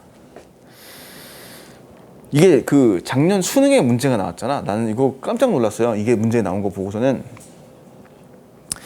정말 이거는 정말 생각지도 못했어. 요 저항의 그 비저항 값이랑 저항 면적끼리 나오는 게 수능 문제에 나왔었거든. 요거는 솔직히 좀 의외의 문제였었어. 요거는. 그래서 이게 이제 전기 저항에 관련된 내용인데 전기 전도도. 그러니까 이제 전기 저항이 라지 R이라고 쓰고 로 S분의 L로 표시가 돼요. 단위는 옴이죠. 그지? 이게 전기 저항을 정의하는 방법이거든. 그러니까 전기 저항은 뭐 S는 면적이고요. L은 길이야. 이게 이제 비저항. 얘를 이제 비저항이라고 하죠. 물질마다 가지고 있는 고유 저항 값이다. 같은 면적, 같은 길이라고 저항이 다 같지 않거든. 물질이 가지고 있는 고유한 상수죠. 저항 정도. 이걸 비저항이라고 얘기하고 이 비저항을 역수취하면은 전기 전도도가 나오지. 전기 전도도는 비저항의 역수값이에요. 로분의 1에 비례하는 크기를 가진다. 거기 뭐 는으로 놔도 상관없겠다. 이거는 는해서 전기 전도는 이게 이제 기호가 이렇게 써 있지. 요 이상하게 써 있는 거 있잖아. 이거 물방울 같이 생긴 거 뭐라 그래야 돼 이거? 뭐라고 읽는지 알아? 시그마. 맞아. 시그마라고 읽어주는 거야. 시그마. 시그마의 소문자죠 이게. 전기 전도도 시그마는 비저항의 역수와 같다라고 하고요. 그 밑에 보시면은 비저항이라는 값은 A, B, C 나와 있는데 온도에 따라 달라지는데 아까 얘기했다시피 온도가 높아지면은 반도체는 이게 온도예요. 저항이고 반도체는 온도가 높아지면서 비저항 값이 감소하죠. 전기 전도도가 좋아져. 부도체도 마찬가지야. 다만 도체만 살짝 증가. 도체는 이게 온도가 높아진다고 비저항이 뭐 전기 전도가 좋아지는 의미가 없어요. 얘는 있잖아. 애초에 내가 굳이 전도띠로 전이할 필요도 없이 나는 워낙 잘 통해. 원래 잘 통해서 내가 온도가 좀 더 높아진다고 해서 그거 가지고 전기가 더 잘 통한다 이렇게 말할 수 없어. 응? 큰 차이가 안 나는 거죠. 온도가 뭐 높아져 봤자. 근데 대신에 이제 얘는 온도가 높아질수록 원자핵이 더 진동을 하니까 그 진동에 의해서 방해가 더 커지는 거야. 얘는 더 커져요. 저항이. 이 정도만 체크하시면 될 것 같습니다. 온도가 올라갈 때 특징 됐지? 넘어가 볼게요. 이제 지우고 가자. 지우고.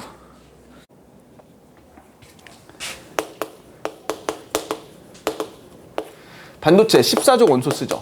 이건 물성이라서 다 암기해 놓으시면 돼요. 얘네들은. 조금 자세하게 할게요. 이거는. 반도체는 14족 원소를 쓰는데 이제 실리콘이나 또는 뭐 저메늄을 써요. 근데 보통 실리콘 많이 쓰게 되지. 저메늄도 이제 많이 쓰긴 하는데 실리콘이 되게 흔해서 제일 많이. 우리 발로 차고 다니는 게 실리콘이야. 그지? 그러니까 굉장히 흔한 물질이거든. 그래서 실리콘을 제일 많이 쓰고 요 반도체를 갖다가 있잖아. 우리가 보통 규산형 광물이라고 해서 이제 SiO2 형태나 SiO4- 형태로 이제 지각에 존재하거든. 이걸 갖다가 뽑아내서 순수한 반도체를 만들어요. 순수 반도체. 순수한 실리콘들로만 구성되어 있는 반도체를 하나 만들어내. 이걸 써야 되니까. 근데 이렇게 순수한 반도체를 만들잖아? 그러면은 얘는 원자과 전자가 4개고 또 주변에 있는 이웃한 실리콘들과 공유 결합을 해서 결정을 만들거든요. 결정 구조를 가지게 돼. 근데 얘는 전기가 안 통해. 왜냐면 모든 전자들이 결합에 참여하고 있어서 남아있는 전자들이 없는 거야. 그래서 얘는 순수한 반도체는 그냥 뭐 절연체라고 봐도 돼요. 부도체라고 봐도 돼. 상온임에도 불구하고 전기가 안 통해요, 얘는. 그래서 여기다 어떻게 하냐면은 이제 불순물을 집어넣죠. 플러스 불순물. 불순물 반도체. 불순물이라고 더럽다는 게 아니라 그 이제 순수한 실리콘이 아닌 물질을 집어넣는 거지. 불순물을 집어넣는 이런 행위를 도핑이라고 하고요. 도핑의 뜻이 뭔지 알죠? 그 도핑. 뭔가 이렇게 투여하다, 주입하다 이렇게 생각하면 되는데 불순물을 집어넣고 불순물의 종류는 15족 원소, 13족 원소. 이게 두 가지가 있어요. 됐죠? 이른바 파리바게트라고 PB가 있어. 인이랑 붕소. 15족 인, 13족 붕소. 이거 제일 많이 쓰는데 붕소를 집어넣게 되면은 자 보세요. 붕소를 집어넣게 되면은 붕소가 인을 집어넣게 되면은 인이 원자과 전자가 하나, 둘, 셋, 넷 하고 5개니까 얘가 하나 남아버려요. 전자가. 그러니까 이웃한 실리콘과 공유 결합을 해도 전자가 남기 때문에 뭐 얘는 이제 남는 전자, 잉여전자라고 하죠. 자유전자라고 하면 안 된다. 잉여전자예요. 남는 전자야 말 그대로. 잉여전자가 하나 생기고 얘가 전류를 잘 흐르게 할 거야. 그래서 얘를 전하 나르게라고 합니다. 전하 나르게. 자, 두 번째는요. 붕소를 집어넣었을 때지. 붕소를 집어넣게 되면은 원자과 전자가 3개밖에 없어. 13족이니까. 그럼 이제 이웃한 전자들과 결합을 해야 되는데 못해요. 전자가 없는 자리가 생겨. 전자가 없는 자리는 양공이라고 불렀죠. 양공이 하나 생기고 이 양공이 바로 전하 나르게 역할을 할 거야. 왜냐면은 얘는 결합을 완성시키려고 분명히 어디선가 전자를 가지고 와요. 근데 보니까 얘네 둘을 같이 붙여놓는 게 굉장히 이상적이죠. 왜냐면 여긴 전자가 남았잖아. 이 남는 전자를 이 양공으로 채워주게 들어오게 하면은 이상적인 상황이 되죠. 그래서 이걸 그냥 같이 안 쓰고 따로 안 쓰고 두 개를 붙여놓고 써요. 이 두 개를 붙이는데 요 인을 집어넣었던 요 15족을 집어넣었던 반도체를 N형 반도체라고 하죠. 그 다음에 얘는 P형 반도체라고 합니다. 네거티브 이제 포지티브 이렇게 얘기하는데 P형, N형 그리고 두 개를 붙여버리니까 PN 접합 다이오드라고요.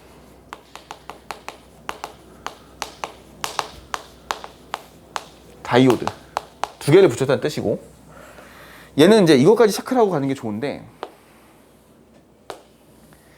얘 전도띠가 있고 원자과띠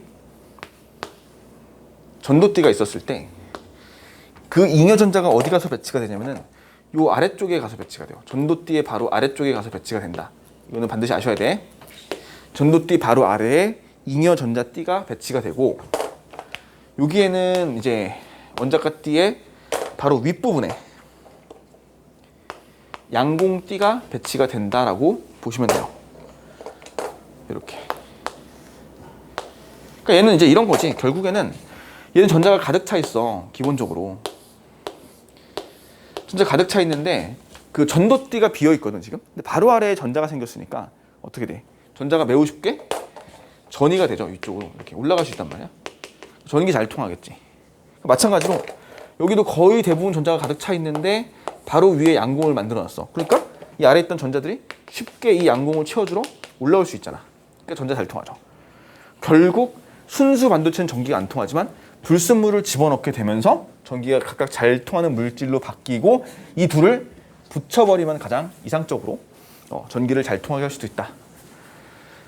라는 건데 이건 전기를 잘 통하게 하는 목적이 아니라 사실 전기를 잘 통하게 할 수도 있고 안 통하게 할 수도 있고 이게 이제 중요한 거죠. 다이오드를 쓰는 목적은 전기를 잘 통하게 하고 싶으면 도체를 쓰면 되잖아 그냥. 근데 반도체를 쓰는 이유는 잘 통하게 할 수도 있지만 또 이제 통하지 않게 할 수도 있어. 자, 반도체를 다이오드를 두 개를 붙이잖아. 보시면은 이 두 개를 붙여요. 이렇게 봐봐. 요 두 개가 붙어 있는 면을 접합면이라고 하지. 접합면이라고 하는데 이쪽 왼쪽에는 양공이 많을 거고 오른쪽에는 전자가 많을 거란 말이야. 그럼 얘네들이 플러스 플러스 플러스 이렇게 양공이 쭉 많은데 여기 마이너스 전자가 좀 이렇게 많죠. 이렇게 남아있는 전자가 많을 거야. 그래서 얘네들이 두 개 붙여버리잖아. 붙이는 순간 얘네들이 어떻게 돼? 서로 결합이 되죠. 그러니까 여기 있던 전자들이 이 접합면을 넘어가서 양공을 채워주러 가요. 이렇게 채워주러 왔어. 그리고 여기서 플러스 플러스 플러스 양공이 돼요. 이렇게 처음에 자리를 바꾸지. 그리고 나서 결합을 더 이상 안 하죠. 그지? 왜 안 해? 서로 반발을 하니까. 그러니까 일종의 그 전이장벽이라는 걸 만들어가지고 여기 마이너스가 여기가 오는 거를 방해해요. 여기 플러스가 얘가 플러스 오는 거를 방해하니까 어떤 하나의 영역을 형성하죠. 얘를 공핍층이라고 합니다.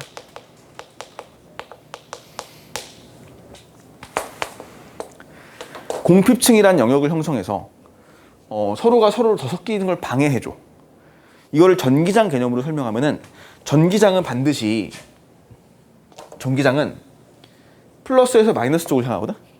우리 아까 전기장 그림 그렸을 때 플러스에서 나갔잖아 항상. 마이너스로 들어왔잖아. 전기장의 방향은 항상 플러스 1쿨롱을 놨을 때 플러스로부터 멀어지려고 하고 마이너스 쪽으로 가려고 하거든. 그러니까 여기서는 지금 전기장이 이 바깥쪽에 있는 녀석의 전기장이 이렇게 오른쪽을 향해 있고 이게 오른쪽 맞나? 맞지? 오른쪽. 너네가 봐도 오른쪽이지? 그리고 이제 여기서는 왼쪽을 향해 형성되어 있어. 그러니까 이거를 좀 잘 기억해놔. 접합면 부분에서는 전기장이 이 양공전자의 결합에 의해서 N형에서 P형 방향으로 형성되어 있어. 공핍층 내에서는. 다시 접합면 내에서는 전기장의 방향이 N형 반도체에서 P형 반도체 방향으로 형성되어 있어요. 거꾸로 되어 있어요 지금. 접합면 부분에서는. 하지만 전반적으로 봤을 때는 P형에서 N형으로 전기장이 만들어져 있겠지. 그리고 얘네들이 다 상쇄되어 있을 거야. 그래서 얘네들이 상쇄가 돼서 없어져. 없어져서 공핍층이란 영역을 형성할 것이다. 따라서 더 이상 얘네들이 섞이진 않아. 이렇게 이제 이런 상태에 존재하는 다이오드를 여기다가 P형 N형을 이제 공핍층이 만들어져 있고 전지를 연결시키는데 이 전지의 연결 방식이 플러스에서 마이너스 방향으로 순 방향으로 연결시키지. 그러면은 P형의 양공이 많고 N형의 전자가 많은데 전지의 연결 방향을 봤더니 P형 쪽에 플러스죠. 그러니까 전류가 흐르게끔 이렇게 만들어주죠. 그러면 이제 N형에 있던 전자가 저쪽으로 넘어가거든. 그러니까 공핍층의 영역을 뚫고 넘어가요. 그러니까 최소한 이 정도의 전이장벽보다는 큰 전압을 걸어줘야 돼. 그지? 그렇지 않니? 얘가 지금 현재 막혀 있잖아. 근데 이 전자를 이쪽으로 보내고 싶으면은 여기다 그만큼 이 전이장벽의 크기보다 큰 전압을 걸어줘야겠지. 그러면 얘가 넘어가서 결합이 되고 전류가 흐르게 되죠. 이렇게. 이런 연결 방법을 우리가 순방향 바이어스라고도 하고 순방향 전압이라고도 합니다. 순방향 전압, 순방향 바이어스. 자, 됐죠? 이렇게 하시고 저 화면에서 어. 전기장 해놨 전기장 0이야. 에너지 말고 전기장 0이 돼. 이 내에서는 그 0이 되는 이유는 이제 바깥쪽 거랑 내부 거랑 상쇄돼서 그런 거야. 내부는 왼쪽에 N에서 P로 만드는 게 맞고,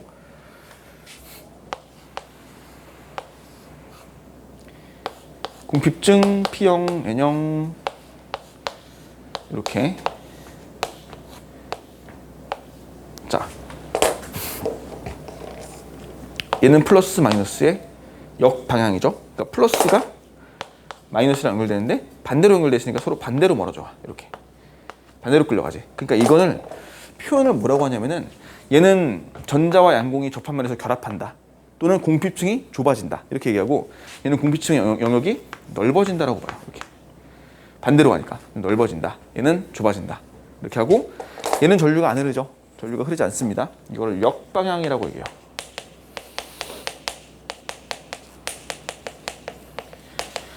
역방향 전압 또는 역방향 바이어스, 이렇게 정리를 하시면 되죠. 이게 다이오드의 기능이야. 스위칭 기능이라고 하죠. 전류가 흐를 수도 있어요. 얘는 온의 역할을 하죠. 온. 얘는 전류를 흐르지 않게 하는 역할을 해. 오프 역할을 하는 거야. 그래서 반도체가 개발되면서 우리가 이제 하나의 소자로 전류를 흐르게 할 수도 있고 안 흐르게 할 수도 있어. 이게 중요한 거야. 옛날 같았으면 전류를 흐르게 하려면 도체를 써야 되고, 전류를 안 흐르게 하려면 부도체를 써야 돼. 근데 이거는 한 개의 소자로 전류를 흐르게 할 수도 있고 안 흐르게 할 수도 있어서, 전류가 흐를 때는 스위치의 온의 역할을 하죠. 그리고 전류가 흐르지 않을 때는 스위치를 끈 역할을 하기 때문에 스위칭 기능, 이걸 하기 시작함으로써 논리 연산을 할 수 있어. 이제 이진법을 쓰는 컴퓨터 같은 거 있잖아. 0과 1로 구분한 애들이 0과 1을 구분할 수 있게 되는 거야. 이 하나의 소자로. 그래서 반도체가 개발되면서, 다이오드가 개발되면서 이제 우리가 이런 어떤 소자들의 그 특성들이 생기고 연산이 가능해지고 이러면서 점점점 컴퓨터, 이제 옛날에 계산기라고 불렀죠. 전자계산기라는 게 이제 발달하기 시작하죠. 논리 연산이 수행되기 시작하니까. 그래서 이렇게 쭉 해서 어마어마하게 이 반도체, 특히 우리나라는 반도체 산업으로 봤을 때, 그죠? 알고 있죠. 전 세계적으로 압도적으로 1위, 2위를 하고 있기 때문에, 뭐 삼성전자도 그렇고 SK 하이닉스도 그렇고 엄청나게 압도적으로 그 1위, 2위죠. 다른 나라 기업들이 못 따라올 만큼 압도적이기 때문에 굉장히. 근데 거기서 얘기하는 반도체는 이런 건 아니야. 또 이건 이제 다이오드 이런 건데, 사실 그 트랜지스터라고 해서 이제 우리가 교육과정상에 빠졌죠. 트랜지스터가 빠졌는데, 이걸 이제 P형, N형 두 개만 붙이는 게 아니라 PNP 이렇게, 또는 NPN 이런 걸 붙이기 시작하지. 이게 이제 트랜지스터라는 거야. PNP 트랜지스터, NPN 트랜지스터. 물론 이제 지금 쓰는 거 당연히 이런 거 아니야. 근데 이게 되게 정말 쓰지 않아. 구닥다리야. 구닥다리 이제 그 어떤 기본적인 그 동작 원리를 설명하기 위해서 하는 거지.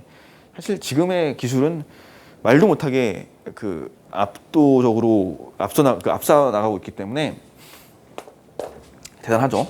근데 이제 반도체는 단점이 하나가 있는 게, 그 얘는 소형화를 시킬 수가 없어. 그러니까 어느 정도 작게 만드는 데는 가능한데 굉장히 작게 조그맣게 못 만들어. 근데 트랜지스터는 그게 가능하다고. 그러니까 트랜지스터가 개발되면서 이게 소형화가 되기 시작하는 거야. 말도 안 되게. 지금 소형화된 거는 너네 대충 알아? 며칠 전에 보니까 막 10나노 이렇게 가던데, 10나노미터, 뭐 5나노 막 공정 나오고 막 하지. 근데 5나노가 아직 상용화가 됐는지는 모르겠는데 10나노 막 5나노 막 이렇게 이제 그러니까 10나노 때가 깨졌어. 내가 불과 한 10년, 한 7, 8년, 5, 6년 그 전만 봐도 막 40나노, 50나노 됐거든. 그러니까 그 나노면은 10의 마이너스 9승이야. 그러니까 우리가 집적회로 만들 때, IC칩 만들 때 10의 마이너스 9승 정도의 그 설계, 그 회로를 만들 수 있다는 뜻이거든. 그냥 쉽게 말하면. 그러니까 말도 안 되는 거죠. 그러니까 되게 옛날에 막 이런 조그만한 칩에다가 이런 조그만한 IC칩 이런 거 있잖아. 이걸 IC칩이라고 하거든. 고밀도 집적 회로라고 해서 이 안에다 이제 트랜지스터를 막 5천만 개 막 거의 어깨씩 때려놨거든. 이런 거를 이 조그만한 거 안에 나노미터 기술이니까 그런 게 이제 더 늘어나죠. 막 점점 더 늘어나서 이게 뭐 이런 거 가지고 우리가 장난 아니지, 그러니까 장난 아닌 거죠. 그거를 이제 우리나라가 지금 하고 있는 거죠. 거의 뭐 압도적이죠. 옛날에 있잖아, 막 미국, 일본, 뭐 대만 이런 나라들이 다 따라오다가 망했어. 그 옛날에 막 진짜 반도체 시장이 막 되게 90년대 후반, 2000년대 초반 정도만 해도 막 되게 막 엄청 치열했거든. 근데 그게 이제 어떻게 보면 운이 좋았다고 볼 수도 있는데, 인텔이라는 미국 기업이 있어요. 근데 걔네가 CPU를 만드는 회사인데, 컴퓨터 CPU, 그 컴퓨터 CPU를 만드는 회사가 뭐 되게 자세한 스토리들 막 여러 개 있는데, 이제 그 삼성 거를 이제 쓰기 시작하면서, 그러니까 이제 기술, 여러 가지 기술들이 있었는데, 삼성이 밀던 기술, 낸드 플래시 막 이런 거 있잖아. 들어봤을 수도 있어. 그런 거를 이제 채택하면서 이제 압도적으로 좀 치고 나갈 수 있었던 계기가 됐었고, 그리고 이제 그런 것도 있고, 기술 물론 투자도 되게 많았었고, 기술도 좋았었고, 그래서 다른 회사들이 다 삼성을 쫓아오다가 그때 치킨 게임을 했죠. 그러니까 그때는 진짜 장난이었어. 반도체 가격을 막 말도 안 되게 후려쳐가지고, 그런 시기가 있었을까 싶을 정도로 막 무슨 이런 반도체 메모리 이런 거 있잖아, D램 메모리 이런 것들을 말도 안 되는 가격에 팔았단 말이야. 그래서 이제 다른 기업들이 개발해가지고 막 우리가 100나노 막 성공했어, 기술이. 그러면 이제 삼성이 90나노 갖다 파는 거야. 그러면 안 되잖아. 그래서 안 되겠다 해서 80나노를 막 개발해. 80나노 개발해가지고 팔아요. 그럼 삼성이 60나노 만들어놔. 그런 식으로 갔어. 막 되게 막 그것도 그 60나노를 파는데 80나노보다 더 싸게 팔았어. 그러니까 누가 그걸 사냐고. 그런 애들이 다 그렇게 막 기술 과도경쟁하고 막 하다가 다 망했지. 그렇게 돼가지고 지금 압도적으로 세계 1위가 삼성전자고 2위가 이제 SK 하이닉스가 됐어요. 지금은. SK 하이닉스도 옛날에 막 진짜 그 현대전자였거든, 그게. 알고 있니? 어떻게 아냐? 다 알고 있는 사실인가 그냥? 너네가 태어나기 전 아닌가? 그거면? 그 정도 될 걸 아마? 그지? 근데 그런 거 막 어디 팔려나가고 진짜 그냥 단독으로 막 겨우겨우 막 그 연명하던 회사가 SK가 사갔죠. SK가 사가서 이제 되게 진짜 얼마 안 됐어. 10년도 안 됐어요, 그게. 10년밖에 안 됐다. 10년 정도밖에 안 됐는데 그 10년 만에 진짜 말도 안 되는 진짜 계속 폭발적인 성장을 막 이뤄내가지고 장난 아니죠. 내 친구들 몇 명 다니고 있거든, 거기. 걔네들은 이제 운 좋은 애들은 SK가 사가기 전에 들어갔어. 사가고 갔는데 보니까 날개를 달고 있더라고. 그 SK 그 행복 날개라고 하잖아. 그 SK텔레콤 그 나비 모양 있잖아. 그걸로 이제 브랜드가 바뀌어가지고 이제 그 다음부터 엄청나게 성장을 많이 했죠, 회사가. 그래서 막 보너스가 막 보너스가 빵빵 터져가지고 근데 일을 엄청 많이 해. SK 하이닉스가 이천에 있거든, 공장이, 그 본사가, 회사가, 그 반도체 회사가. 근데 그냥 내가 봤을 때는 돈을 많이 주긴 많이 줘. 근데 많이 주는 것만큼 개처럼 일을 해요. 그러니까 전혀 부럽진 않더라고. 진짜로 막 새벽 6시, 7시에 일어나가지고 셔틀 타고 8시 반인가? 8시인가? 8시 반까지 가야 되니까 거의 6시에 버스를 타더라고. 그렇게 타고 가서 일을 하는데 뭐 야근하고 막 10시, 11시에 퇴근하고 와서 집에 오면은 독서실에 공부를 해. 영어 공부하고 진급하고 막 무슨 뭐 각종 인증이며 뭐 이런 거 해야 되니까 이제 막 그래서 영어 공부 엄청 해, 친구들이. 내 친구들 이 나이에 내 친구들이 막 독서실 끊고서는 영어 공부하고 막 무슨 뭐 비즈니스 영어 하고 이런 한다고 진급을 해야 되니까 그런 생각 많이 한다고 그렇게 해요. 하여튼 자, 이제 반도체가 이제 단점이 그거였지. 약간 열이 발생한다고 했죠. 왜 열이 발생하냐면은 저것 때문에 그래요. 이 두 개를 붙여놨어, p n 접합을. 그러면은 어떻게 되니? 이게 이렇게 딱 나눴을 때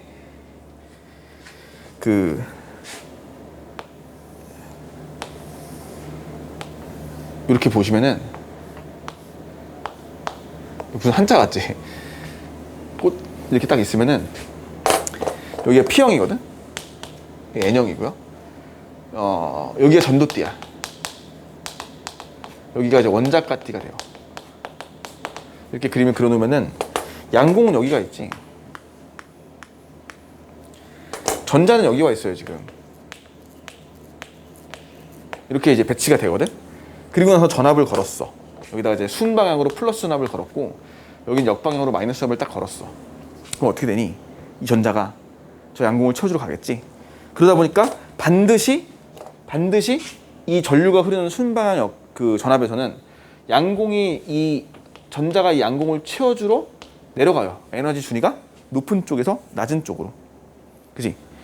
그래서 에너지 준위가 높은 쪽에서 낮은 쪽으로 가다 보니까 반드시 뭘 방출해? 에너지를 방출하겠죠. 그지? 빛을 방출하겠지. 근데 빛이 이제 여기서는 적외선의 형태. 즉 열이죠, 열.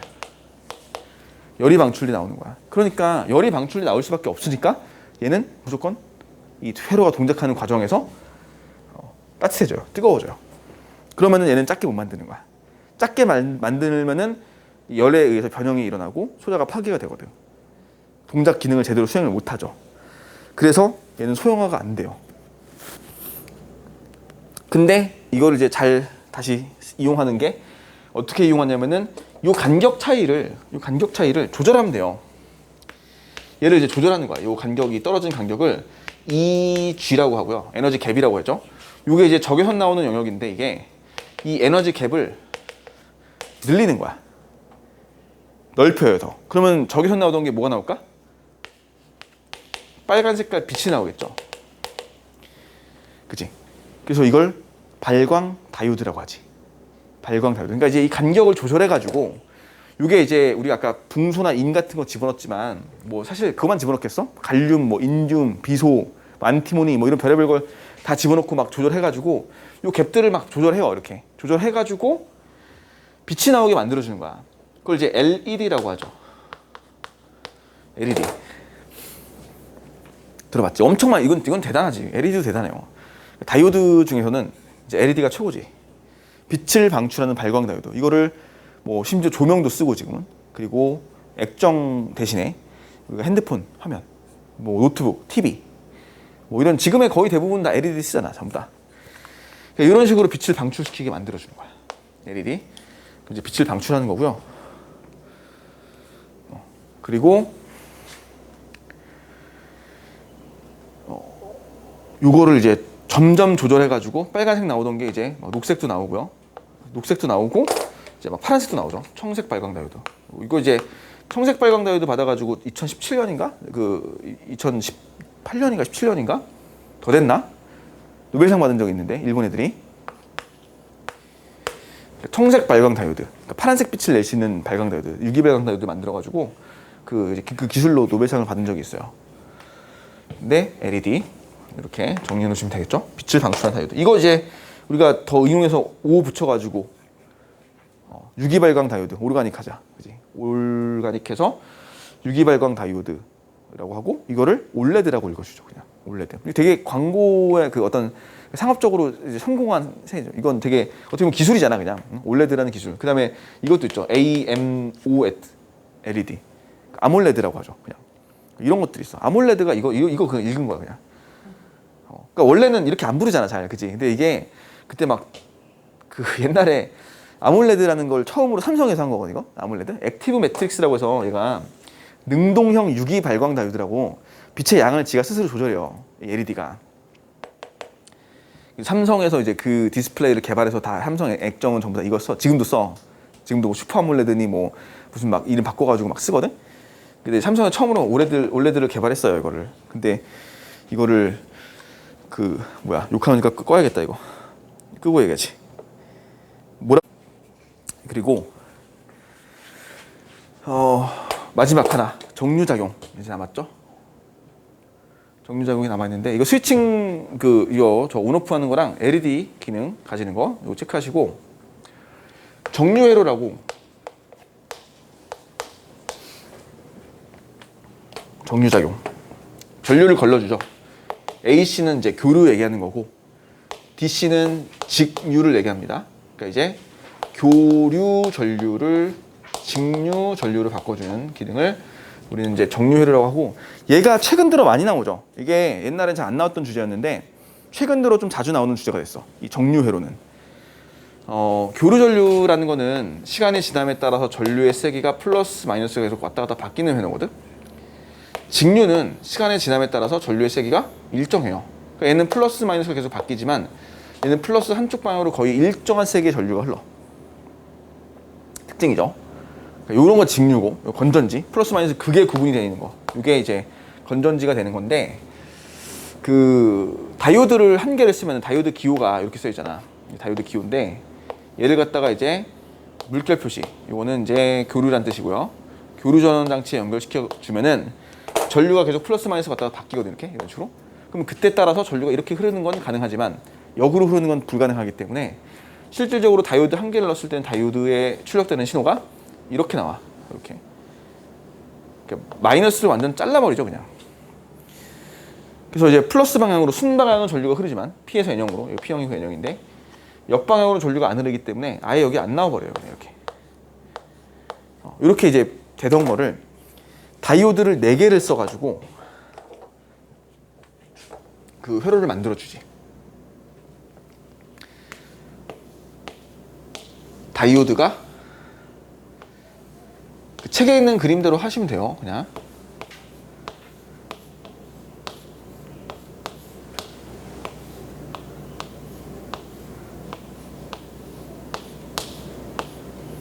이렇게.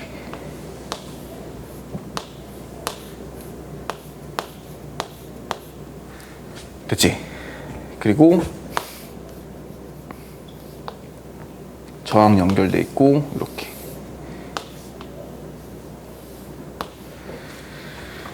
이렇게 회로를 만들어 놔. 됐지? 요것도 있고 이런 것도 있어.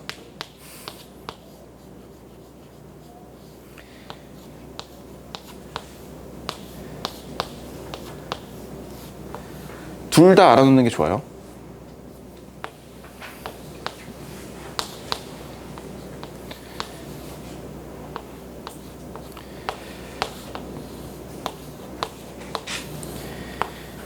우샤, 됐다. 됐지? 딱 봐도 보면은 이 아래 거부터 해볼까? 이게 플러스를 가잖아, 이쪽으로.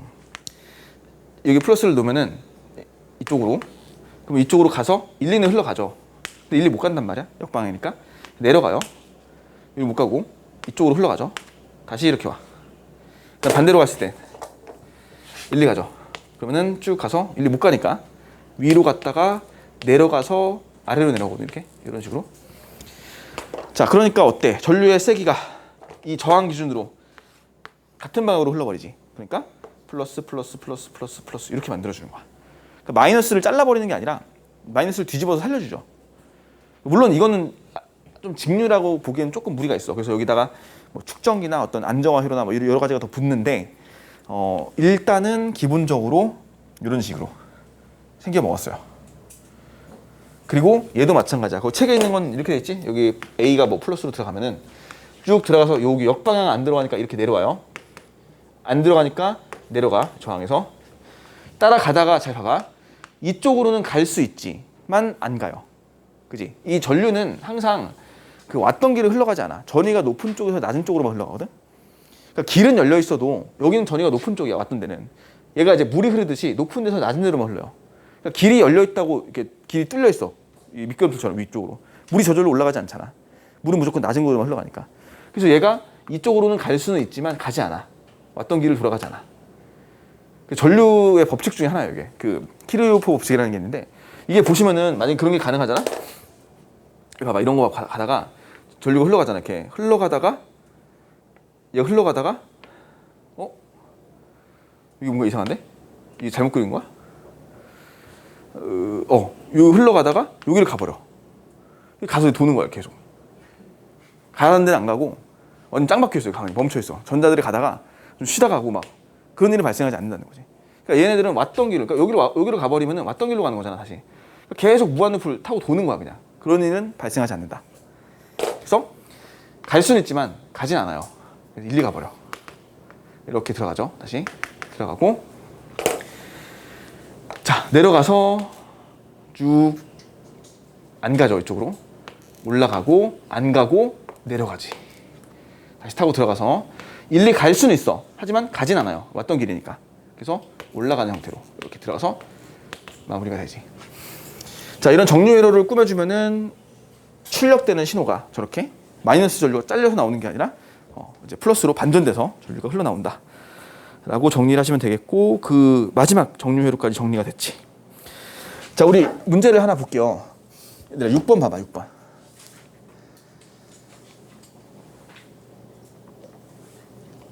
6번을 보시면요. 이 6번은 그 반도체 이야기하는 거야. 맞지? 보면 그림이. 요게 이제 이렇게 문제가 등장할 때가 있었어요.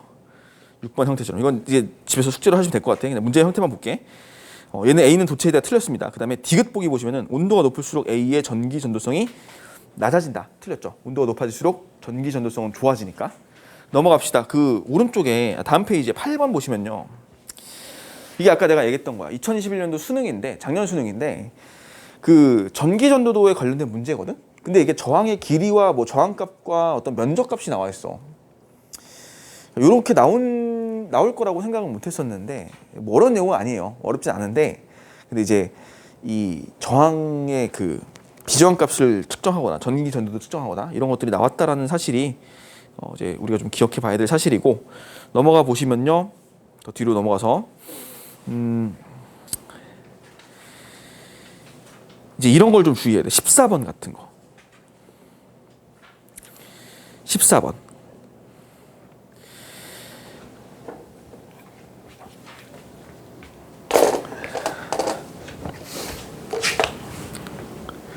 이걸 봐볼게. 이거는 같이 봐볼게요. 저항이 연결돼 있고 이렇게 연결돼 있거든. 이런 식으로. 뭐 스위치가 연결돼 있나 거기? 플러스 마이너스 이렇게 바꿔놨잖아.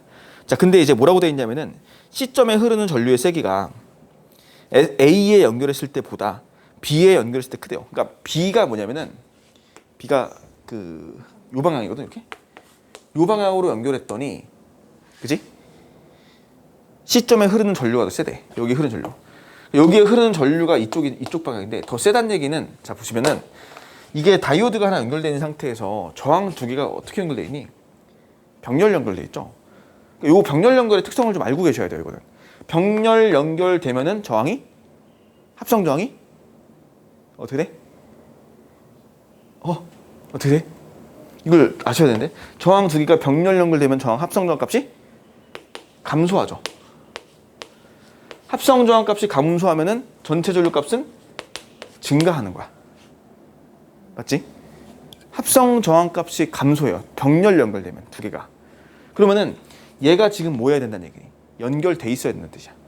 그지? 그래야지 저항이 두 개가 살고 합성 저항이 감소하고 전류가 증가하거든. 따라서 XY로 놓고 봤을 때 얘가 지금 순방향이 돼야 되기 때문에 Y가 P형 반도체라는 걸 확인하고, 얘가 N형 반도체라는 걸 확인할 수 있어. 이거 아셔야 돼요. 이거 언제 배웠었냐면 그 아득한 옛날 중학교 때. 근데 이거는 있잖아, 이게 2014 수능이거든. 얘들아, 수능 문제 나온 건데 이 당시 고등학교 이 교과 과정상에서 저항의 연결이 있었을까? 없었어요. 저항의 연결은 물리에 없었어. 근데 이거는 당연히 저항의 연결을 알고 계셔야지 풀 수 있는 거야. 물론 이제 배웠었을 건데 까먹었을 수가 있으니까. 그러니까 이런 거는 주의하셔야죠. 합성 저항되는 그 저항이 무조건 감소, 합성되는 병렬 연결로. 근데 이게 직렬 연결이면 어떻게 되니? 합성 저항이 증가하죠. 얘네들은 증가하거든. 그러니까 아까 이게 이렇게 보시면 돼. 저항 우리 아까 했을 때 로 S분의 L로 계산한다고 했잖아. 근데 S가 뭐냐면은 얘를 병렬 연결시키면 저항이, 이렇게 원통형 저항이 두 개가 병렬로 합쳐지면은 면적이 증가하는 꼴이거든. 그러니까 저항이 감소한다고 보시면 돼요. 그지? 직렬로 합성되면 어떻게 돼? 뭐가 증가하는 거야? 길이가 증가하는 거야. 그러니까 저항이 증가하죠. 그래서 얘가 살아야지, 얘가 이제 연결돼 있어야지 합성 저항이 감소하고 전체 전류가 증가할 수 있어. 이래서 이 보기는 주의를 해주셔야 된다라는 겁니다. 그리고 뒤에 15번, 16번은 넘어가서 더 뒤에 17, 18까지 다 정류회로에 대한 이야기니까 여기까지 푸시면 될 것 같고, 이렇게 해서 자, 2단원의 반이 2단원 반이 끝났습니다. 나머지 다 숙제를 해오시고요. 다음 주에는 자기장, 전자기유도 이쪽을 정리하겠어요. 자, 여기까지 할게요.